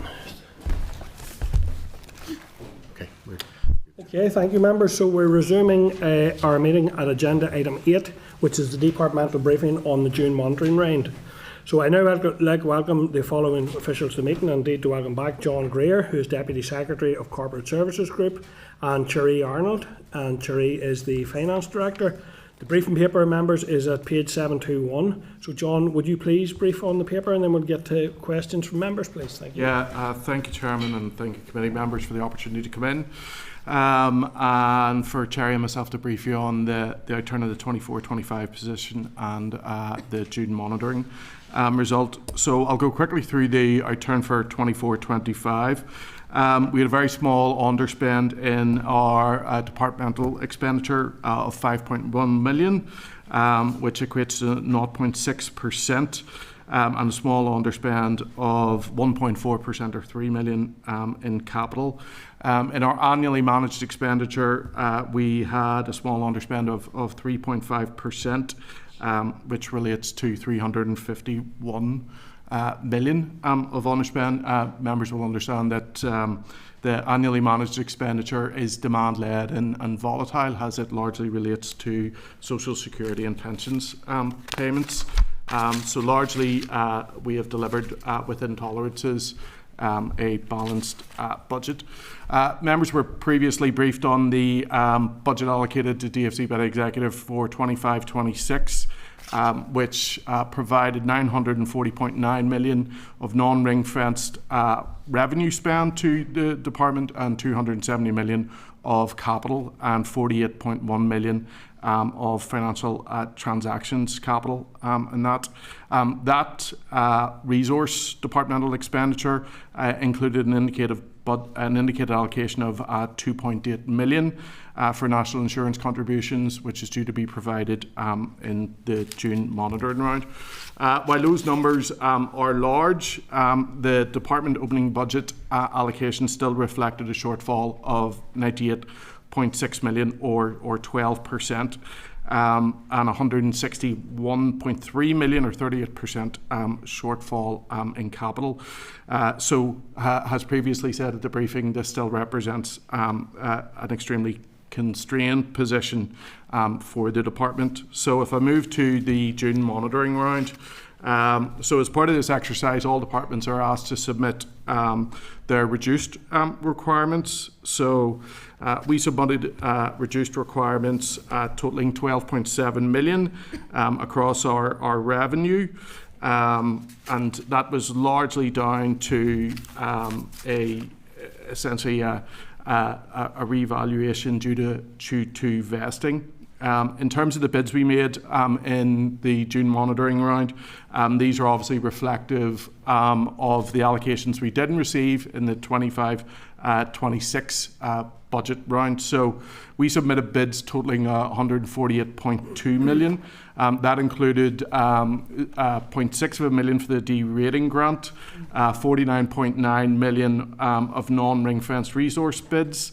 That related to 17 million of inescapable pressures relating to pay and ALB costs, party employment programmes of 6 million, rate support grant of 12.4 million, and 14 million to cover the additional cost related to the changes to the national insurance contributions. We also submitted a bid for a non-cash allocation of 15.7 million that related to depreciation and impairment. I think members will be interested. We also submitted a bid for 82 million relating to capital, 62 of which related to the gap of what is required to hit the target for social homes starts in this year. We also submitted a bid, again recognising a shortfall, to cover disabled adaptations of 13.6 million, 3.8 million for affordable warmth, 1.5 million for the housing development grant, and 1 million for the cladding safety. So following the submission, the executive agreed to come to June monitoring on the 1st of July. That resulted in us receiving 0.6 million for the derating grant, 9 million of capital for our social development housing programme, and 14.5 million recognising those non-cash costs for depreciation and impairment. Obviously, as was briefed earlier, approximately that 9 million will cover approximately 135 new homes. Within the June monitoring round, it was also noted that the DFC will be given first call at up to 2 million for social development housing programme in the future. Obviously, this still means that the department faces a very significantly constrained budget position, which is going to impact our ability to deliver on key programmes such as our social development housing programme. Members, of course, happy to take questions, and obviously Cherry's here to very ably assist me with those questions. Like the hard ones. Exactly. We know. Thank you. So I suppose a couple of quick ones, I hope, from me. First of all, on the 9.1 million, very welcome additional sum for housing. I do note and that's 135 new homes. I do note an almost identical bid in around fraud and error. If that 9.1 million was agreed, how much of that would be coming back into the budget? And I'm kind of sat in a situation between that choice between 135 extra homes. How has that decision been arrived at? What's the rationale? The 9.1 million for fraud and error, we haven't bid for that in the current year. Yeah. It's reflected in an executive paper. There would need to be a lead time, obviously, to go out and recruit the staff. We need fraud investigators. Our return on investment in 24-25 was 1 day return. So if you were to secure the 9 million, you're talking 70 million, and that's very high level. It would be subject to a full business case being developed. We had notification this morning that Chief Secretary to Treasury has accepted that if we can do a business case that demonstrates our fraud and error savings, that they will consider them and consider Northern Ireland for a share of that money. So does that mean that would increase, or we would only then get a share of it? Do we know, like, for example, what share they're talking about? The Fresh Start agreement, now that was going back to 2015, said half. And any indication, is that where Treasury are considering it, in your opinion? That's where our Minister would like. Okay.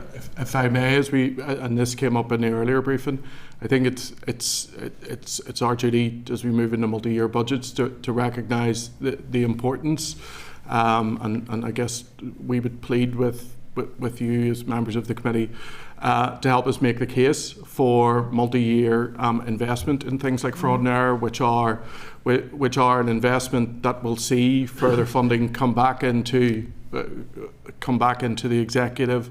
And of course there's other things as well as multi-year funding for social housing, which would allow us to deliver on the targets within the programme for government, but also importantly allow us to provide an assurance to the sector that they can go on a development cycle that will allow these social homes to come forward. But I know that members are aware of those priorities.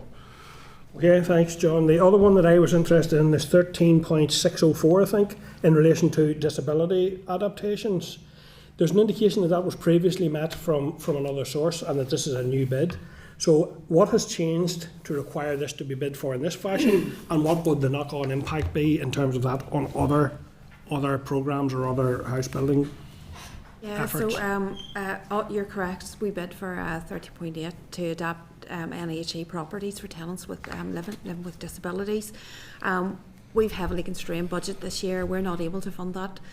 It's been covered in previous years by house and land sales. Obviously, it's still the early stage in the year. There may be some scope to put additional funding into that. But in the absence of that this year, we submitted the bid. Obviously, that hasn't been met in the monitoring round.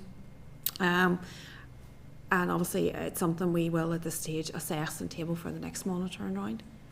Is there a concern there that this is becoming a more, those adaptations are vital to keep people living in their homes, to keep people being able to engage in work and all of the other things. So is there a sense that funding is becoming less guaranteed within the system or more difficult to find? And could that have a knock-on effect on terms of getting those adaptations made in an appropriate time frame for the people who need them? Yeah. Obviously something we're looking at as well too. It's just the fact that our capital budgets this year are so constrained, we can't put an allocation in this early stage. We were doing our best obviously to work very closely with the NHE and ensure that money can be made available to them. Yeah, important. Yeah, Chair, and just to reflect on that, disabled adaptations, affordable warmth, there are a range of decisions that the ministers had to make with advice from officials that do reflect your assertion that there is less assurance of future funding coming along. Why next year's multi-year budgeting round becomes so important for these things. Okay, thank you, Kelly. Just on that point then, so we know before that the house sales schemes was funding the Disabled Facilities Grant. My concern is if we're not able to use that money, where will the money come from for any Disabled Facilities Grant in this year? And if people can't have their, I know it's the private sector, if they can't have their homes updated, then they'll be added on to the homeless list. We'll be looking for houses in the social sector. It's a bit of a concerning one. So if there's anything, certainly as this committee can support on that, it would be useful. Yeah, so that Disabled Facility Grant has me very concerned. Is there anything that you guys can do by way of an equality impact assessment to show the negative impact that this decision has taken with regards to people with disabilities who are in the private sector? Well, that will be covered in the budget equality impact assessment, which is due back, which is currently open and due back with the department in mid-August. 7th of August. 7th of August. Okay. With regards to the fraud and error, the Treasury business case, that will come back as revenue if it comes back. We understand it would come back as DEL. So okay. DEL revenue, hopefully. Yeah. But obviously it's still to be agreed. Okay. We wouldn't be allowed, is there any mechanism to move that from revenue to capital? I suppose we need the revenue as well, but I'm just thinking about the housing issue. I think it's something we could discuss with DOF at the time. Okay. Plus also too, there's no guarantee it would come to the department. It would be executive monies, but it would be good actually to secure any funding for the wider executive benefit. Yeah, absolutely. The last thing I wanted to ask you about is the decision on the A5. We know that there's money allocated for the A5 and that may well be used later in the year, but if it's not and it comes out for reallocation, what's the latest date that the department could effectively use that money for house building? Is there a cut-off date that it's not going to be able to be used efficiently? We've taken funding late in the year and previous years, but it's far from ideal. We will be putting in bids throughout the year. There is a commitment in the recent executive paper on the monitoring round that said DFC would get first call the next 2 million. We would be hoping it would be significantly more because at this current stage we've a £35 million gap to deliver on 2,000 new social starts this year. So look, we'll put our bids in the monitoring round. Coming up to every monitoring round, we work very closely with NHE to kind of assess and to understand what can be delivered. So we'll be putting in the maximum bid to deliver on the units. But as I said, we'll assess it coming up to each monitoring round. And even beyond a monitoring round, if we could work with DOF to do something, we absolutely would. But I do think it's important, and I know that members of this committee have received submissions from housing associations and so on. that the ability for the sector to respond and deliver starts later in the financial year will become ever more reduced as we continue to have this drip feeding of the social development housing programme, because they have to start a development programme of land acquisition, planning and so on, incurring professional fees and expenditure themselves. They are unlikely to continue producing that development pipeline if they don't have an assurance that there will be some ability for government to fund social homes. That's what I was just going to ask then. So if, it's all if and buts at this stage, if there was an additional, say for instance 20 or 30 million became available through monitoring round for house building, like some of the housing associations have said it takes up to 2 years before they can break ground because of planning and different stuff, as you've said. Is there any mechanism that the money can leave the department for a purpose that's in the future, you know, so that the money can go into house building? We don't have any flexibility on carryover of budget. But look, if it leaves the department but goes elsewhere, it can go to a scheme if there's land purchase. I suppose if we think back to last year, we started off with a very heavily constrained budget position. We were only able to deliver on 400 homes. It was up to 1,504 by the end of the financial year, and supported but not correctly so by end-year allocations and in-year allocations, which is not ideal. The fact DOF have now come out with a multi-year budget exercise is really positive. And the Minister, just finally, sorry, just tying into that, the Minister had mentioned the work that's ongoing about the availability of public land for use for housing. As far as the financial terms are concerned, then is there a money change in hands, albeit on paper, between the departments for this to get that, or is the asset transferred over? So if education had extra land that could be used for housing, is that transferred within, or does that have a hit on your capital budget? To be honest, I'm going to need to bring something back on that, because I don't have that answer today. It'd be good to know, because if we could do that asset transfer between departments, then that's a saving. Yeah. Thank you very much, folks. Thank you, Kelly. Nicola, go ahead, please. Thanks, Chair, and thank you folks for attending here. I just have a quick question on the employers' national insurance contributions. Can you give some clarity on the current state of that, please?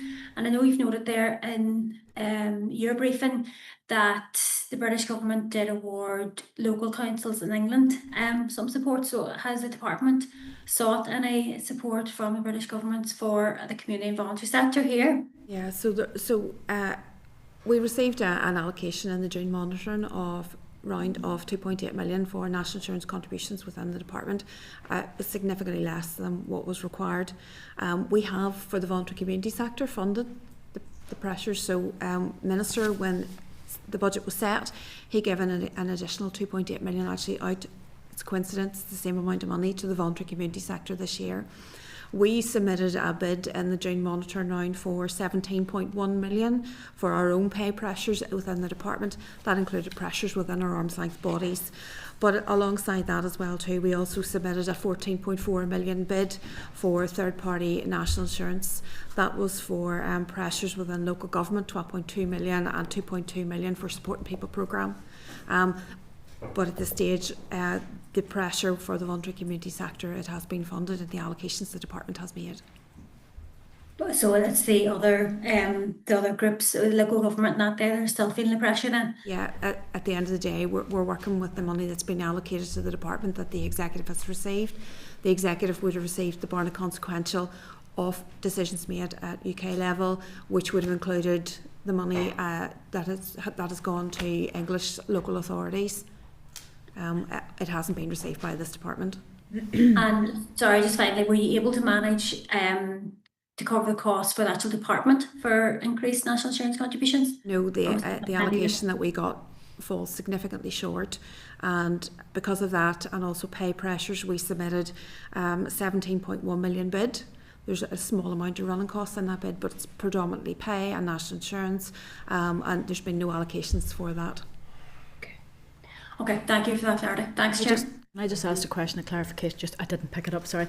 Did you say that the supporting people didn't then get their national insurance or the employer's national insurance? No, but Minister did, in our opening allocations, he did provide 3.7 million of additional monies to homelessness and supporting people. Thank you, sorry. Thanks, Kelly. Brian, please. Thank you, Chair. Just can I ask, when an allocation is made for depreciation and impairment, is that an actual allocation, or is that just recognising the reduction in value of assets? And if it is an actual allocation, what does it go to? No, it's a non-cash, so it is just recognising the revaluation of the asset. And we would see that in charity accounts and so on. Right. Yeah. You still need a bid for it, and it effectively gives you budget cover. Right. But it's not money set aside for future building costs. It's just recognising the reduction in value of assets. Right. Okay. And the other thing is a generic question. This department has a large number of vacancies. What is the financial consequence of that in terms of budget? I mean, when we're carrying vacancies, typically I think around 2,000, has funding been allocated for those jobs or not? Are we carrying the vacancies partly because we don't have the funding, or is it just the recruitment exercise? And what happens to the funding that's not been spent on wages? So the reality is currently the department has declared vacancies of approximately 2,500 vacancies. Within our current budget allocation, approximately 400 of those vacancies are affordable. Right. So there's a constraint that we cannot recruit the difference in that vacancy allocation of 2,100 because we don't have the budget to do so. Right. So at some stage a decision has to be made about these number of vacancies. Are they needed? In terms of potential efficiency savings. So over the last number of years, the department, the minister has taken a number of difficult decisions relating to the management of vacancies. We're currently kicking off a piece of work that is going to review our vacancies. The Northern Ireland Civil Service People Strategy has a key initiative which is looking at developing a strategic workforce model, which we are part of, and obviously part of that is reviewing our headcount requirement, which will have an implication on the level of vacancies the department has. And that was obviously reflected in the Minister's statement to the Assembly on his 25-26 budget. Okay, thank you, Chair. Okay, thank you, Brian. Any other questions, members? Go ahead, Sharon. Yeah, it's more just around process, I guess, because we are moving into that multi-year budget process. What will that look like? Will we have flexibility within, say, the 3 years? If there is student monitoring or extra money coming in, is that when you add on anything extra? As Kelly's pointed out, there is a concern there that some of the strategies might miss out on that. So will it only be through either underspend or monitoring rounds? Yeah.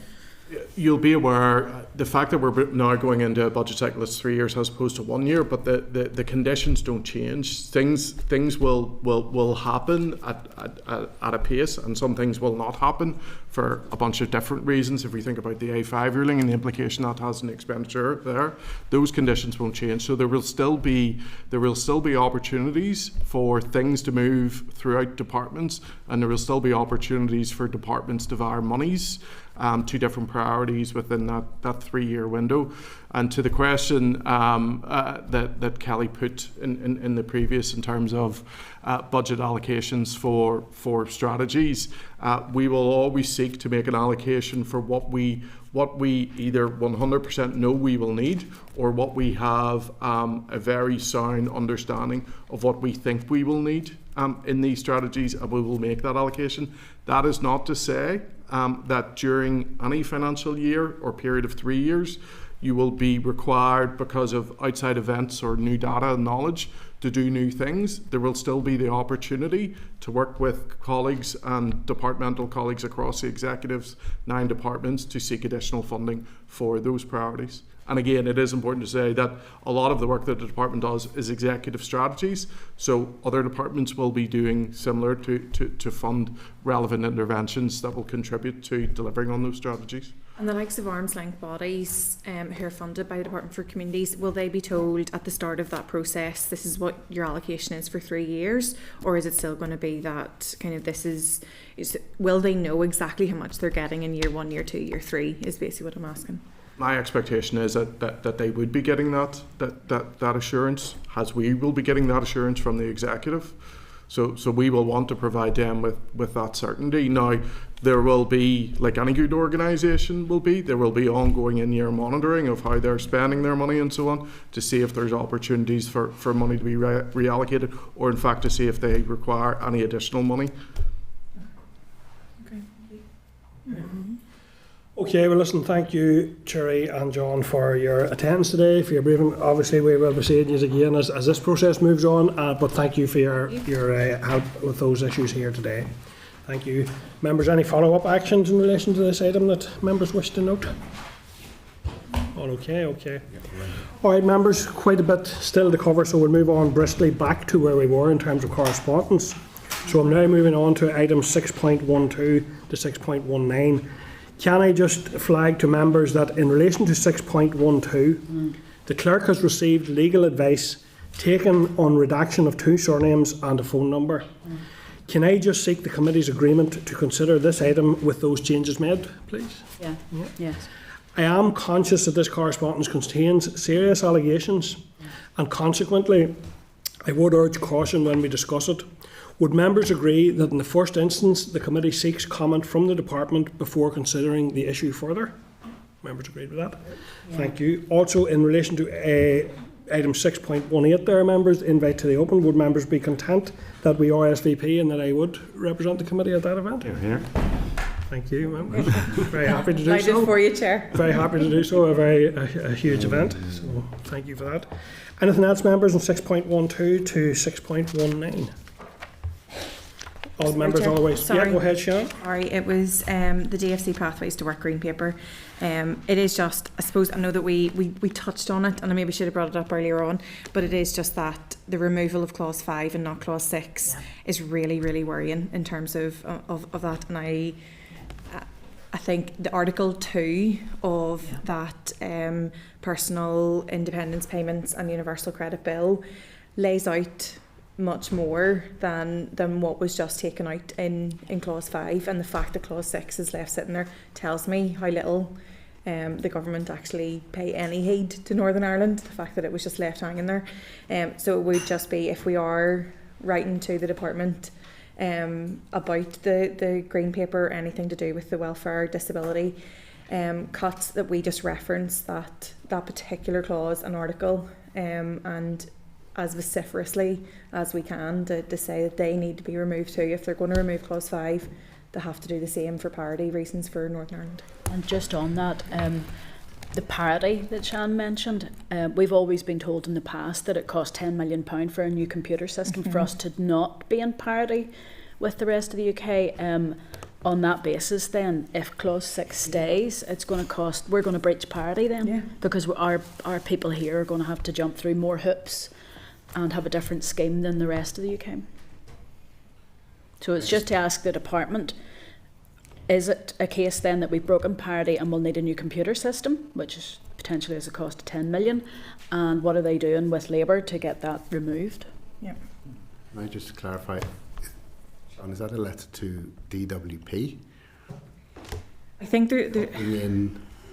would the mechanism be to write to DWP on perhaps both of those issues? I think Steve Timms is probably the most appropriate minister in DWP, but I do think that for our own department to also be aware that this is probably now one of the bigger issues in terms of this bill going forward as it relates to Northern Ireland. So potentially a letter to Steve Timms from this committee, if possible, highlighting the fact that if you leave in clause 6 in Article 2, you're putting Northern Ireland at a very severe disadvantage, even more so. But maybe CCing in the department for them to be aware. We'll make it clear, the letter should make clear that there is a question around work between DWP and communities for the purposes of that CC. Yeah. Thank you. Members content with that? Yeah, thank you, Sharon. Important area. Thank you. Okay, members, thank you for that. Members otherwise content with the correspondence memo. Okay, thanks, members. Moving on then to agenda item 9, which is a number of SL1s. The first one is the Social Security Claims and Payments Amendment Regulations NI 2025 and the Social Security Electronic Communications Amendment Order NI 2025. So are members content that the committee also considers the SL1 and letter relating to winter fuel allowance regulation be considered under this agenda item? It came in the papers, it came in the table pack. Yeah. Are members content we take it onto this agenda item? Yeah. Thank you, members. So members, before we consider the Social Security SL1s, I wish to note my concerns regarding the late arrival and general sense of rush that seems to precede notices of upcoming statutory rules. Clearly, there are often multiple moving parts and often regulations are urgent, but to my mind this is all the more reason why processes must be followed and for clear and timely explanations to be received by this committee when this is not considered possible. So in light of that, members, I propose writing to both the Department and DWP to reiterate the need for due process and transparency, and in order to allow this committee to fulfil properly its scrutiny functions. Are members content? Yeah. Thank you.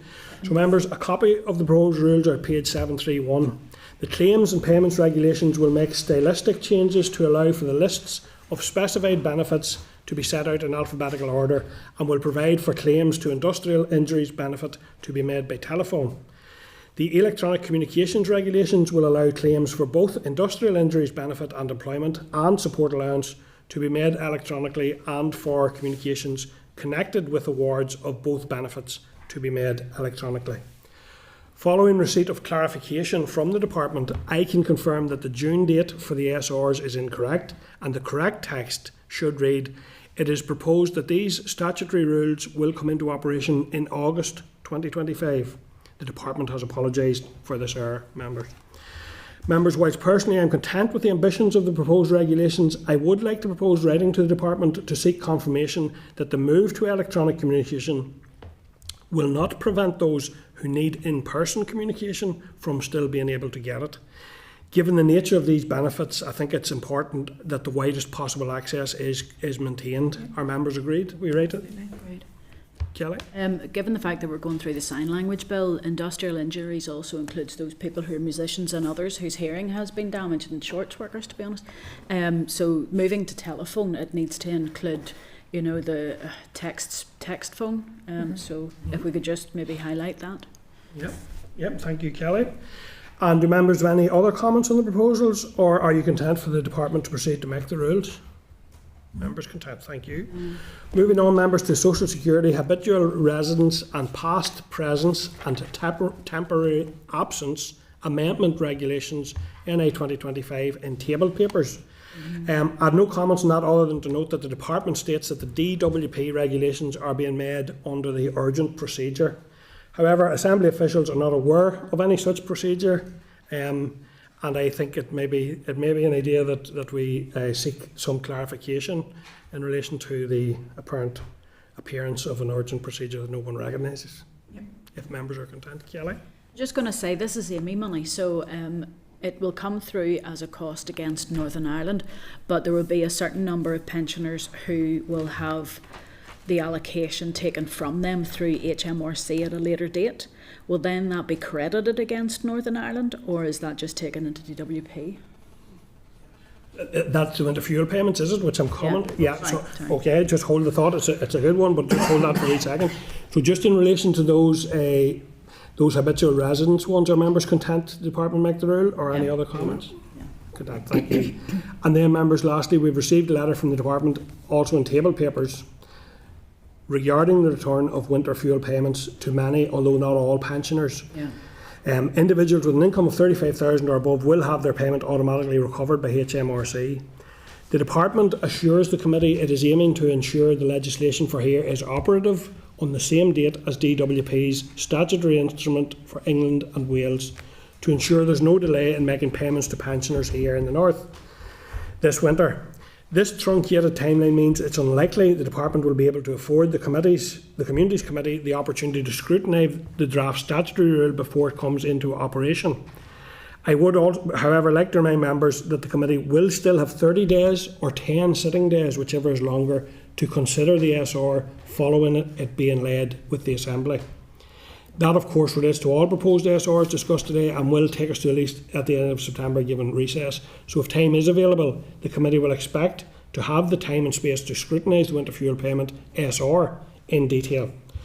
So, Kelly, you have a comment in relation to that, and then I'll come to other members. It was just about that, Amy, so it's a cost that's put against Northern Ireland for the winter fuel payment that's being allocated, because it's going to everybody, but then it will be reclaimed for those who have a higher income.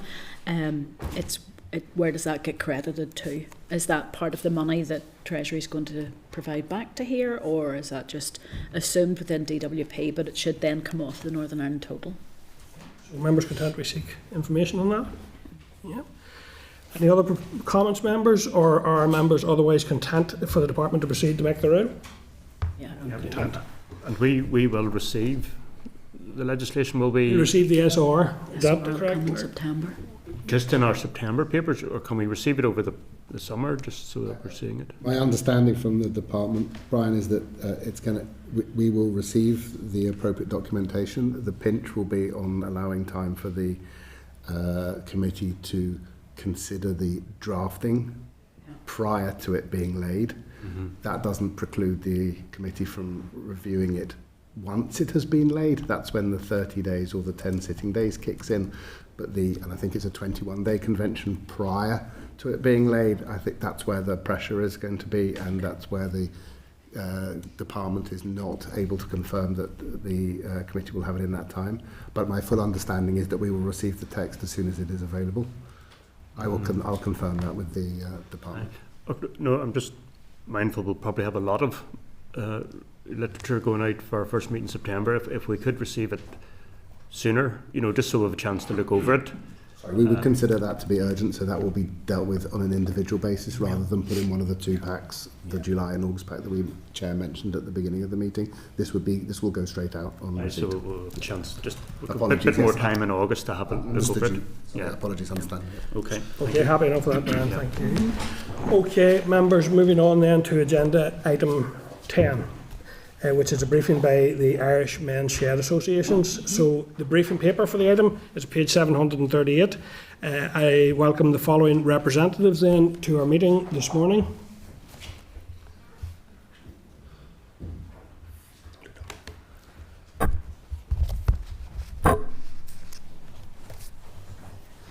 Okay, members, so we are now being joined by Enda Egan, and Enda is CEO of Irish Men's Shed Association, and Ben Nolan, who is Communications Manager with the Irish Men's Shed Association. So Enda, I think it's yourself that will be making some opening remarks. Delighted to see you here. I think we're all very aware of the good work that men's sheds do in particular, and the very unique style of the work that they do. I think I met with some of you at the Long Gallery event you had here previously, and it's obviously that this area is something that this committee has a particular interest in. So many thanks for attending, and please go ahead with your briefing, and we'll come to members then for questions. Thank you. Thank you, Mr. Chairman, and first of all, delighted to have been invited by the Committee on Communities to present here today on behalf of sheds in Northern Ireland. So very pleased to be here. So I suppose just to give an introduction, the Irish Men's Sheds Association is an all-Ireland organisation representing sheds in both the Republic and in Northern Ireland. We have about 62 sheds affiliated to us in Northern Ireland. We estimated there are about a total of 120 sheds in Northern Ireland, some which operate independently, some which would be affiliated to the UK Men's Sheds Association. I suppose Men's Sheds is a grassroots organisation. It's come from the ground up. Originally comes from Australia and into the UK and into Ireland. According to our recent survey, there are an average of 26 members in each shed in Northern Ireland. That works out at about 1,800 men per week attending a shed. And I suppose people often ask the question, what actually happens in a shed? What is a men's shed? And the answer to that is this, in theory it's a social space where men come together. The average age of a man in a shed in Northern Ireland is 62 years of age. In the Republic it's slightly higher at 69. And in there, I suppose, what people very often have the concept that it's very kind of, I suppose, workshop orientated, very maybe woodwork, metalwork orientated, and in some cases that is true. But the most important tool in the shed is the kettle. Men often have all their DeWalt's and their Milwaukee tools and all that kind of stuff, and very often there's long debates about which is the most reliable.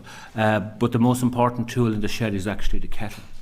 And generally speaking, men of that age group are seen by kind of, state services as being hard to reach group, hard to communicate with, hard to engage in terms of health services and so forth.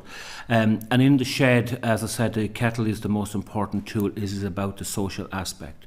Men are, I suppose, well-known creatures for not necessarily speaking about issues that are necessarily personal to themselves. And what you find is that men don't necessarily talk eye to eye; they talk shoulder to shoulder. That's one of the key straplines for the Men's Sheds Association. But if you throw an old lawnmower engine up on a bench and you get 3 or 4 lads around it to fix it, 2 or 3 hours later they're talking about things that they don't necessarily talk about, to their spouse or their partner or their doctor, or to people who they should necessarily be speaking to about these issues. So there's something, I suppose, special about the shed environment that is gender specific to men, that allows them a very comfortable space to talk about issues that are pertinent to themselves. Generally speaking, I suppose we find that in the shed, generally you have men who are there as a result of a transition.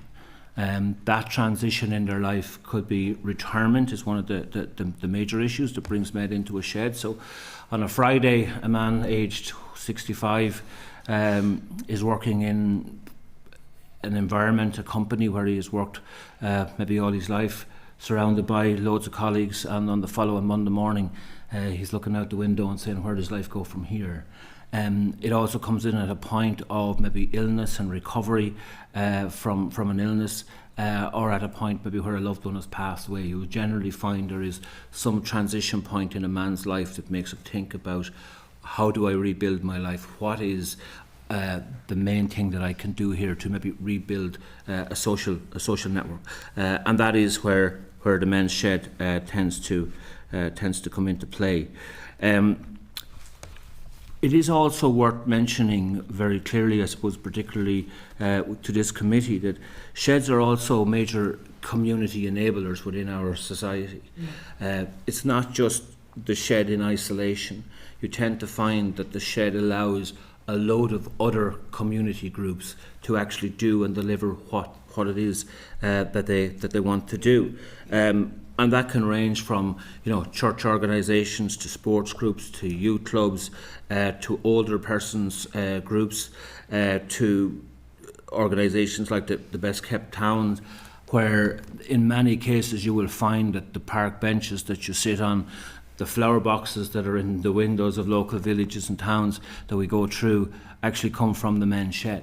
In many schools, lots of times sensory gardens and stuff like that have actually been put in by men's sheds. So it's important to kind of get that concept that while what happens in the shed has a huge impact in terms of man's health, in terms of loneliness and so forth, but there is also this huge other added factor, which is the general enablement of other sort of community organisations. And I think that's very important just to mention at this particular point in time.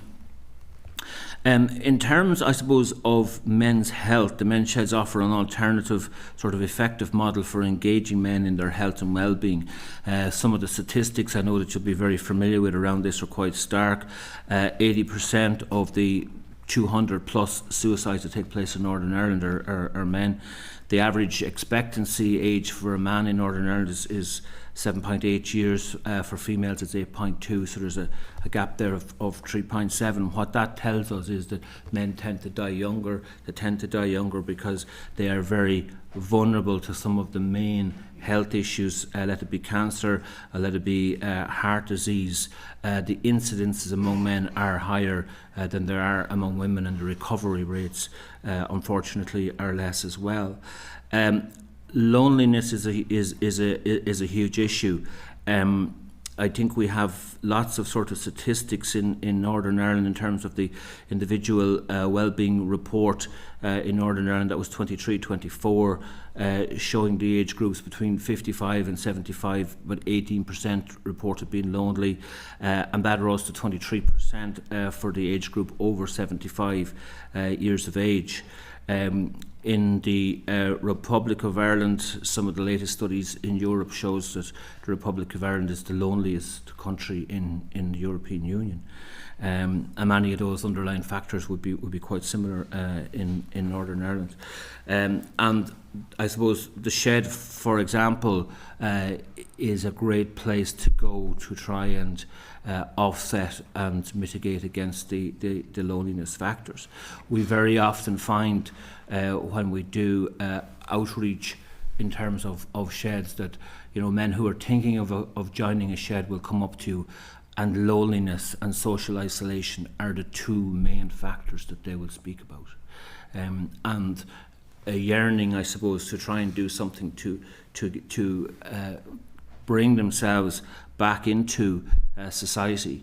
A recent encounter I had with a man actually in Northern Ireland, and he was saying to me that, you know, when he joined the shed, his first day there was 12 people in the shed with him, and 2 years later he suddenly realises, my God, the shed has brought me in contact with the local school, the local sports club, the local older persons club, the church, and all of a sudden it's not just the shed, there's all these other groups and all these other people that are now in my life that haven't been there before.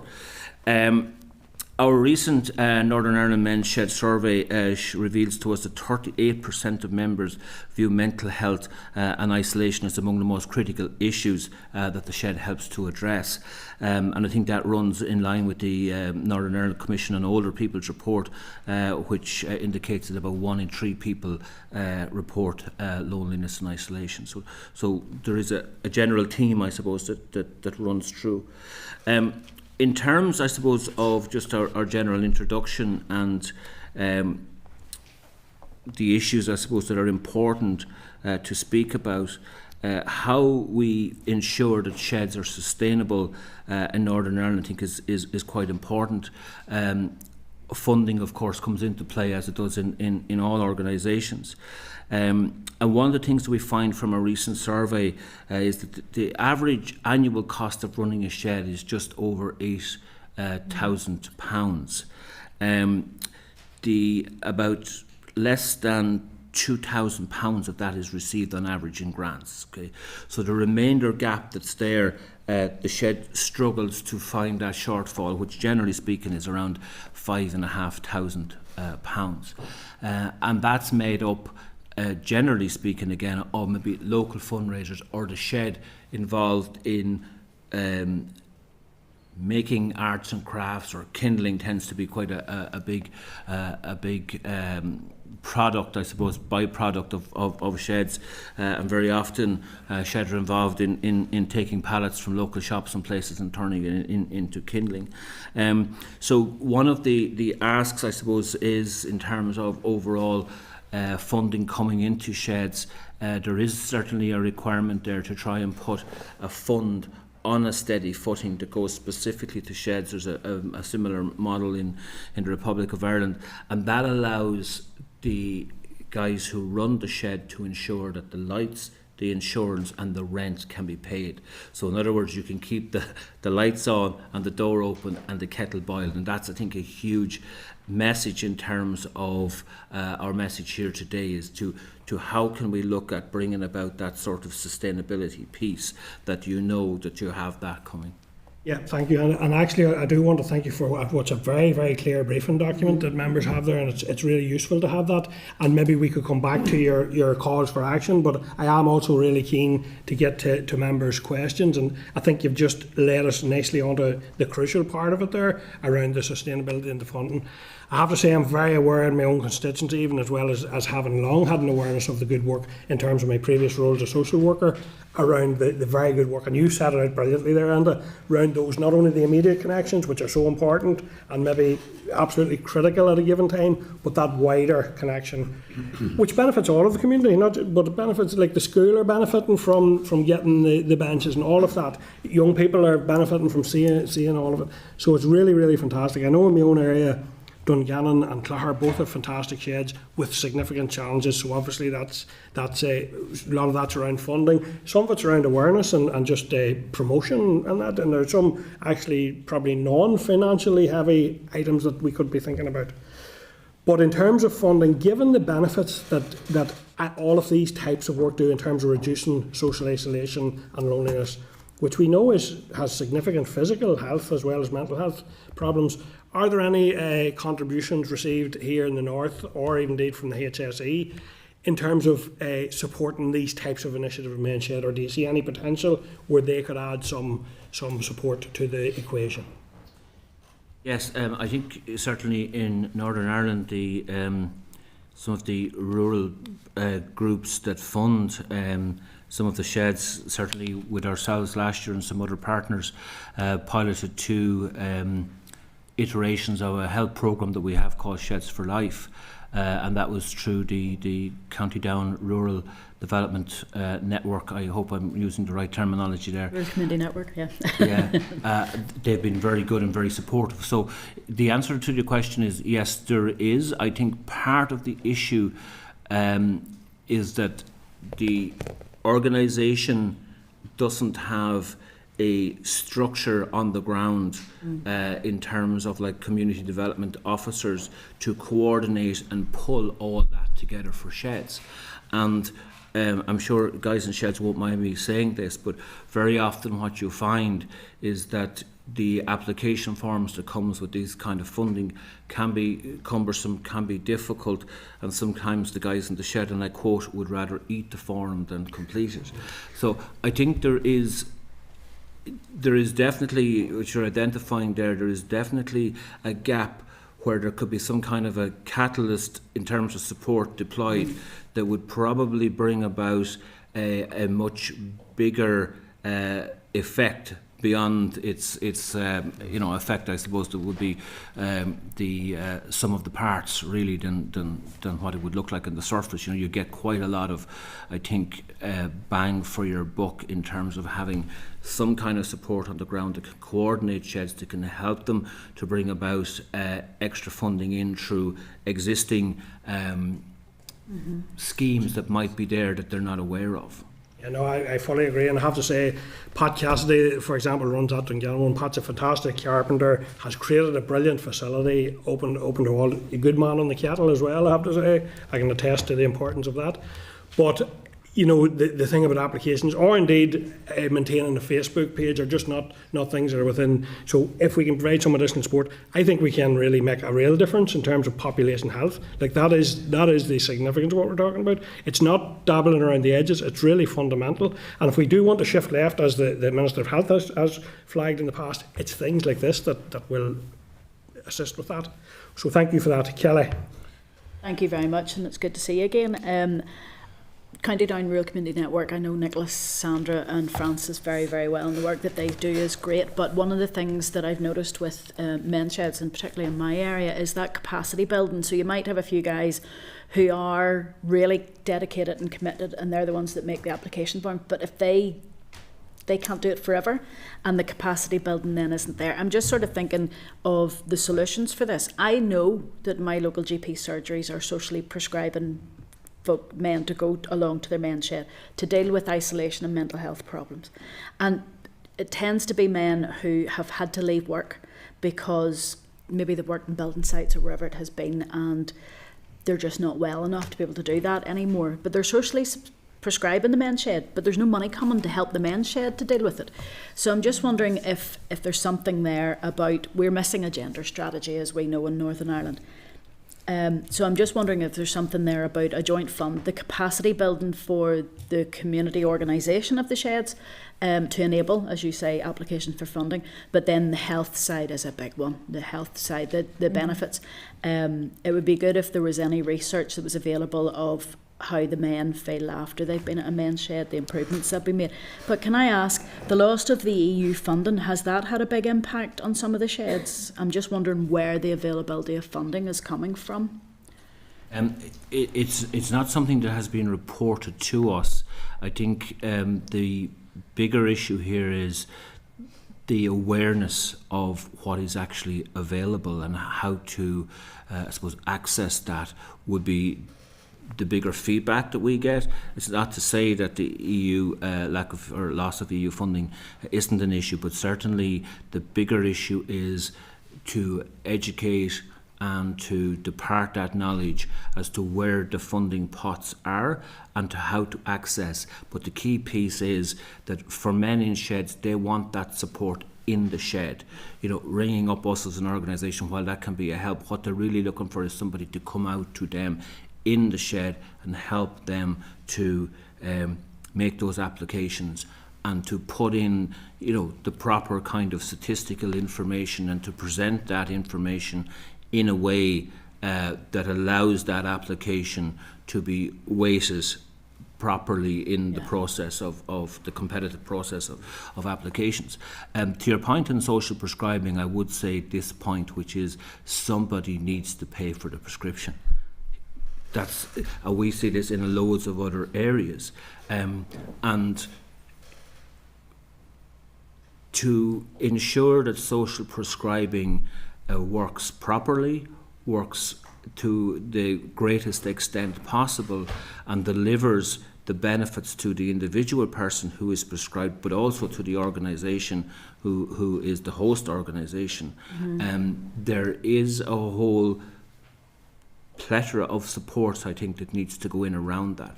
It's not just a matter of getting a person and dropping them over there and saying goodbye and good luck and you know what, we're grand now. Because the sheds would report to us that depending on, you know, the supports required by the individual that is socially prescribed, the shed may not have the wherewithal, the knowledge and the supports and the policies and procedures that's required to deal with these circumstances when issues arise. And I think from social prescribing, I think everybody can see the benefits of it. I think everybody absolutely supports it.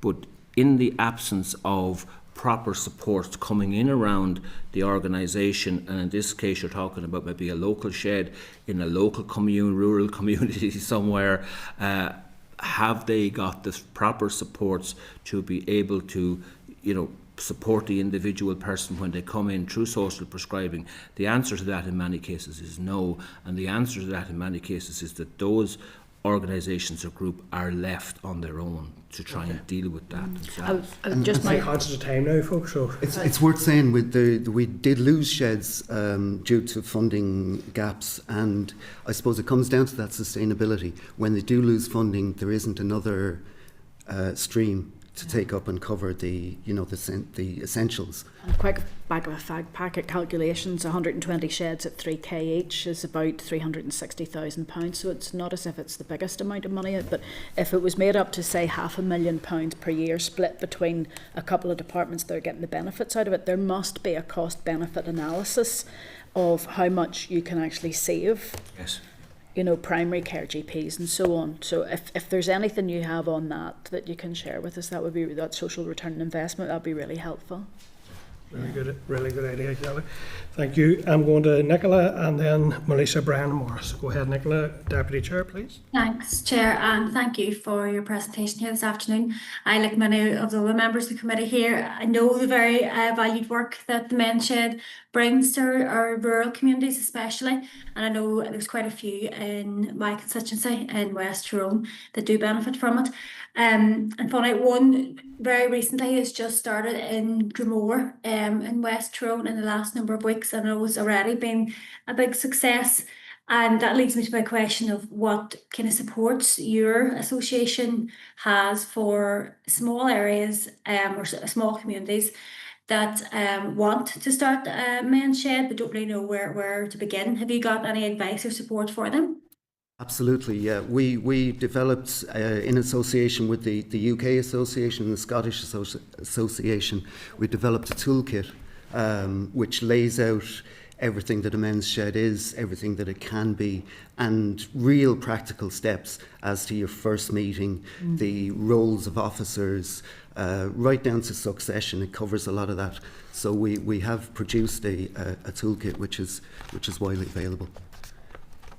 Okay, and I suppose it's just maybe about getting the word out there to the communities that it is available and to make use of it, I suppose. Completely. But that's great, thank you. Not at all. Thank you, Nicola. Melissa, Lamaray, Lidicheshtian. Good Fatcher O'Flag, you're both very welcome. And I've had the opportunity to visit a men's shed in Derry that would have fallen into that category again too, where it would have met all of the objectives that you talked about in terms of mental health and the likes of it. And the other men's shed then in my own locality in Castlederg, a rural area in West Tyrone, and I know it comes in under the auspices of the Churchtown Community Association. Their used premises belonging to them, and the founder of the actual men's shed was a fellow David Young, and he played a very, very significant role there in the establishment of it. But initially people would have thought too that the men's shed was all about people acquiring basic skills, let's say in terms of joinery or whatever. And it's good to hear the way that it can diversify in many respects.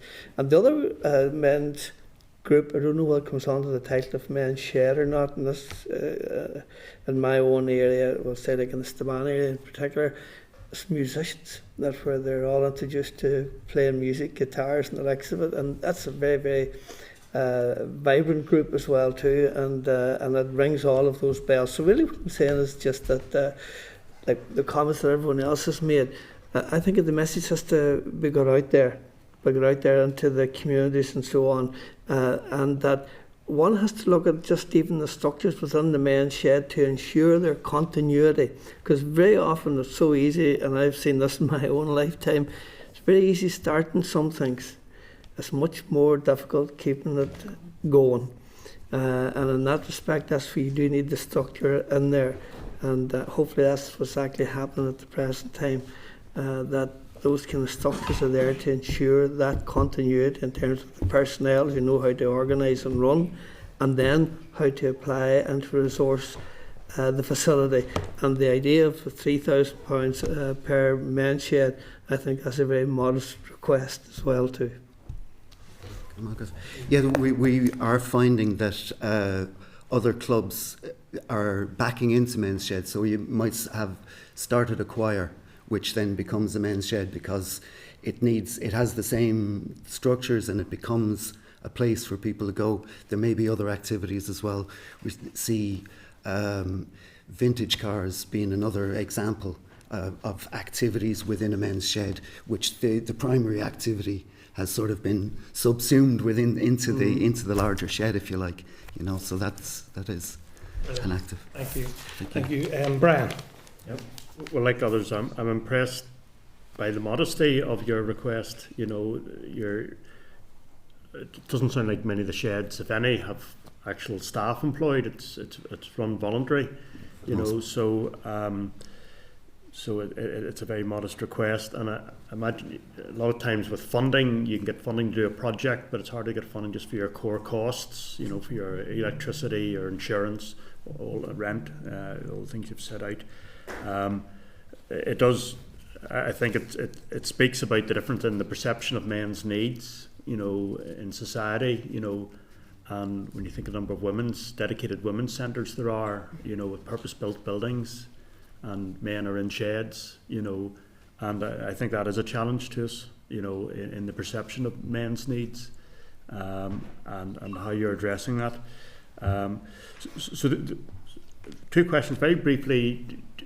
Does the single-sex issue ever become an issue with getting funding? Because I think there's a strong case for single-sex provision, and you're a positive example of that. And secondly, what sources of funding do you currently have? Is it councils, or is there any DFC funding, given that that's our committee? So in terms of your first question, in terms of the single-sex issue, no, we haven't seen that. In terms of the funding, so the issue is that in Northern Ireland there is no funding. So you have individual sheds, correctly as you've stated, that may apply for pots of funding for little individual projects, but there is no source directly in terms of the overhead costs of running that shed, keeping it open, keeping the lights on, and ensuring that it's sustainable. That's where I suppose the key kind of issue is. The second issue then is that as an organisation, to have staff in the region to help support the sheds. That's a key one, because going back to the original points that's been made, unless there's somebody on the ground to go into the shed, organise sheds within, let them call county networks or whatever way, to bring them together to meetings, to help them understand the various funding applications that are out there. As Ben has said, governance in sheds is a big issue as well. Health and safety is a big issue. Conflict can sometimes be an issue. So there's loads of managerial type of issues in sheds, as you get in any community group, that need to be managed.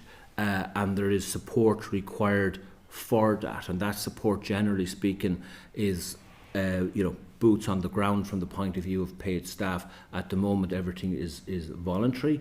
But as, I suppose, governance issues and all that gets tighter, there is most definitely a need to bring about a level of professionalism in terms of how sheds may be ran, but also funding is directly linked into that. So if you have a process and a structure that allows sheds to access funding, some of that's already there, and there is additional funding required. But if you have that structure there that allows all that to happen, you most definitely will have a much more vibrant shed population in Northern Ireland. One of the issues very often is that you have a community that looks at maybe or thinks about setting up a shed, but because of the supports not necessarily being on the ground, they don't actually bring that to fruition. Yeah. And what we're seeing in the county networks in the Republic is that a strong county network will bring sheds together, and new sheds will come within a county that has that strong network. And the sheds indeed they're very supportive of each other. So a strong county network will have sheds visiting each other, materials and machinery being swapped around. So you get a real they get a real sense of community within that. As briefly, Chair, you mentioned some affiliate to the UK Association, so I mean that's by choice. Is there some sort of connection still across Northern Ireland? You have some relationships with some the sheds that aren't affiliated with you, or do you just primarily your own ones that are affiliated? Well, we do have connections with the others as well, but primarily it would be the ones that are members. Yeah. Thank you, Brian. Morris. Thank you very much, Chair. Thanks for your presentation. Well aware of the good work men sheds do. We've got a fantastic one on Correspondence, aligned to the Natural Garden Project, and they do great work up at the cornfield in Ballysally, and I'm well aware of what they do and the benefit they bring to the community, not just themselves. But when you ask for £3,000 per shed, most of these sheds are run by volunteers, as you know, and it would be a good idea to have a coordinator to help them set up, maintain and sustain. But when you talk about 3,000, are you talking about 3,000 where each shed can apply for up to 3,000, or are you looking for a lump sum for yourselves, or how do you disseminate between Irish men's sheds and UK men's sheds and the allocation of funding? Well, yeah, an excellent question. So the ask is that there would be a fund available of £3,000 per shed maximum, that sheds could apply for all sheds. Mm-hmm. We represent all sheds in Northern Ireland as well. So that's really the ask there. Then secondary to that, there is funding that's required through, let it be the Irish Men's Sheds Association, to put paid employees on the ground to support all sheds. It's not just the 62, it's every shed in Northern Ireland, you know. Mm-hmm. So that's, and then on top of that you have things like the Sheds for Life help programme, that will be funded and made available to all sheds in Northern Ireland also. So there it is. Good idea, Chair, and if you could send me your pack. There's a guy down there called Billy Ellis who's a heck of a community worker, and it'd be nice to get the information out to him. Thank you, Chair. Okay, well listen, thank you for that. And I think it's been an excellent choice for our final briefing of this session. I have to say, really practical and some very good ideas. We have, and I think members have, a senior call to action. And if members are agreed, I think there's a few things maybe that we could pick up on in terms of action from ourselves. So first of all, to ask DFC and Health to contact yourselves and the UK one with any information or signposting as to any supports that might be appropriate or available to you in the first instance. If members are content that the committee agrees to endorse the call to action that the shed has, we then write to both communities and Health again, asking them to look at the call to action and to work together to see how they might deliver on these. Not, as you have said, Karen, I think others have said, it's not a massive amount of money, but I think it will bring a massive benefit, and I suspect the cost analysis benefit would more than evidence that. So if members are content, I think that's another thing that if members are agreed, we do that. Mm-hmm. And also, I think it would be worthwhile on the issue of socialist prescribing alone. I think it's a very important point you made about, it's a very good asset and a very welcome thing that GPs can prescribe, but that can't be just simply pulled out on a voluntary basis all the time, and I know a lot of that goes on.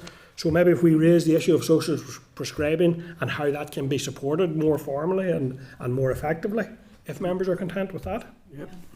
Anything else members want to suggest before we wrap this session? I'm just going to say, at a previous meeting we'd met with Gerard Murray from the Department for Communities, who's the person responsible for councils. I'd be quite keen on that matter. It's not just a matter that affects men's sheds. There's an awful lot of community groups talk about this, is knowing what is available.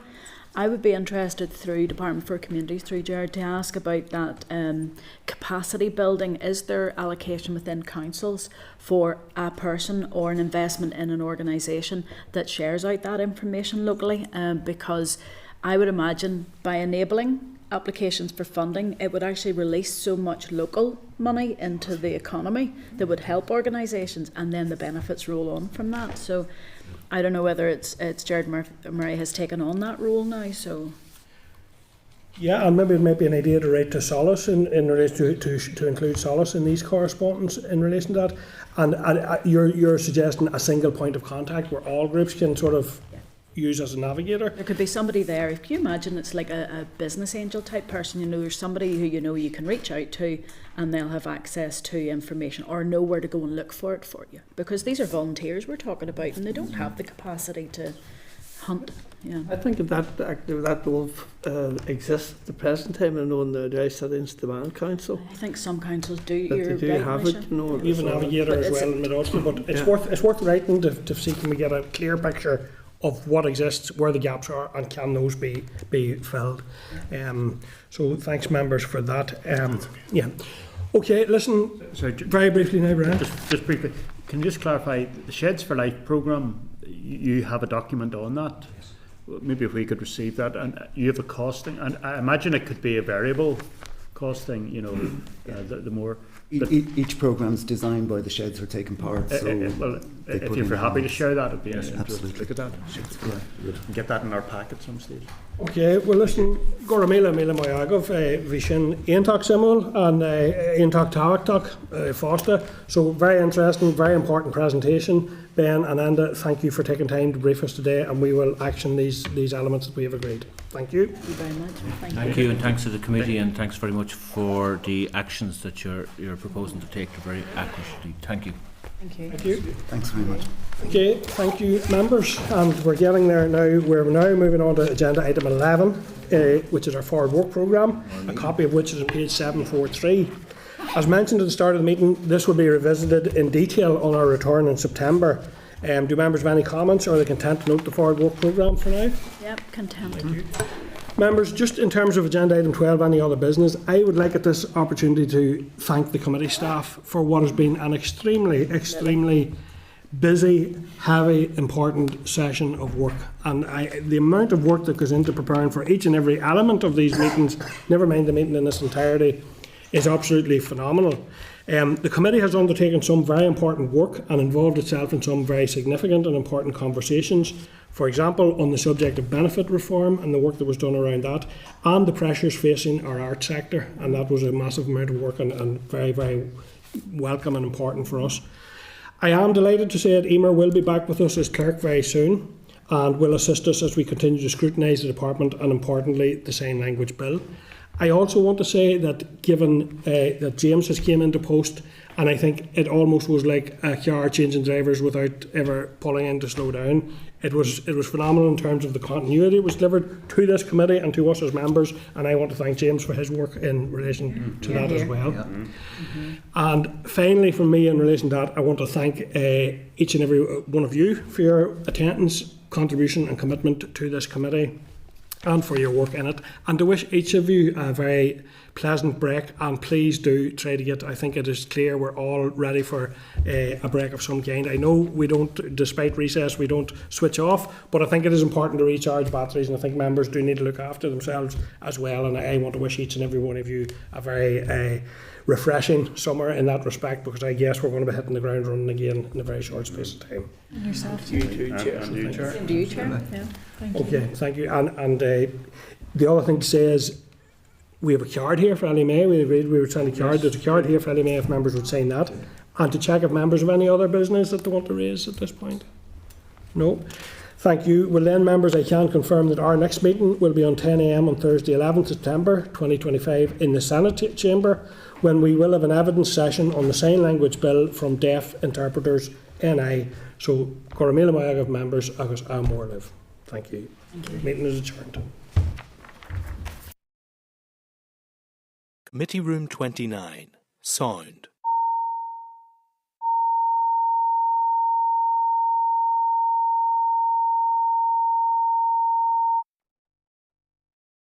Committee Room 29. Sound.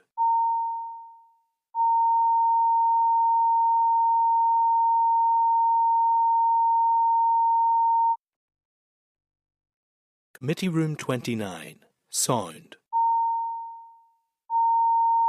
Committee Room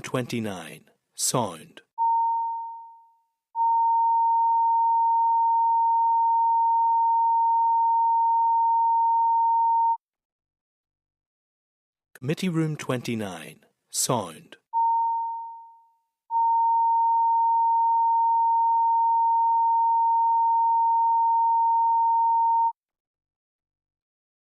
Committee Room 29.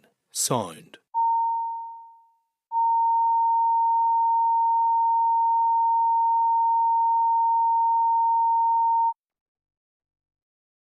Committee Room 29.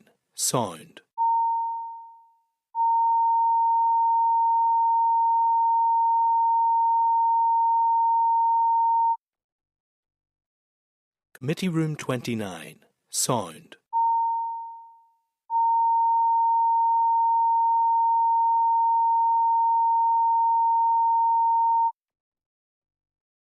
Committee Room 29.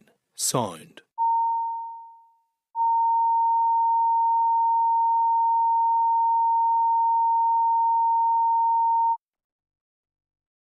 Committee Room 29. Sound.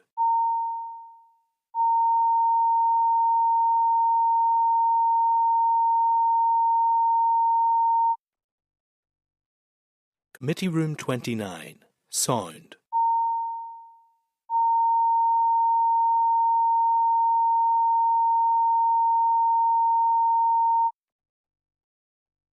Committee Room 29, Sound.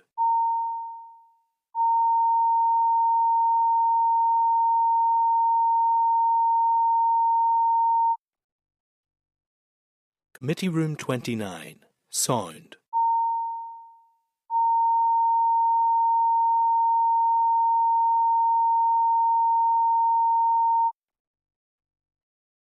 Committee Room 29, Sound.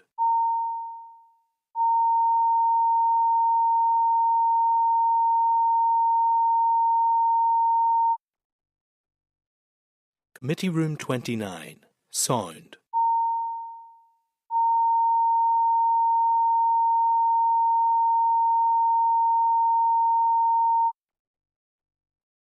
Committee Room 29, Sound.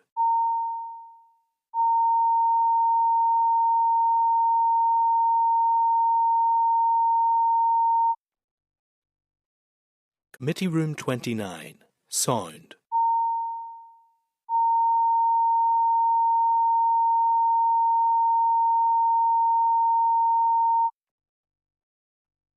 Committee Room 29, Sound.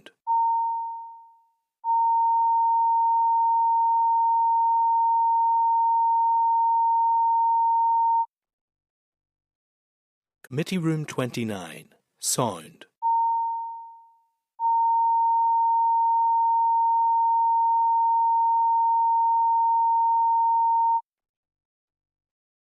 Committee Room 29, Sound.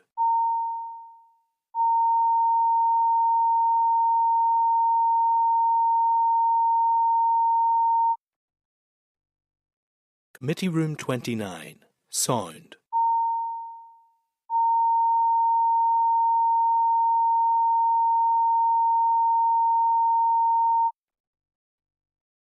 Committee Room 29, Sound.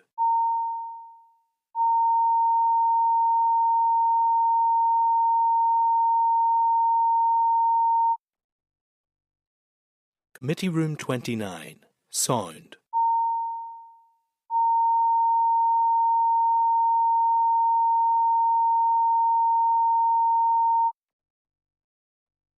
Committee Room 29, Sound.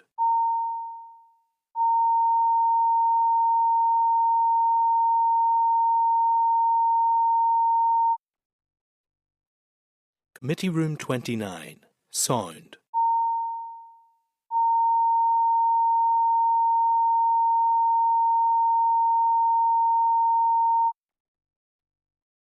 Committee Room 29, Sound.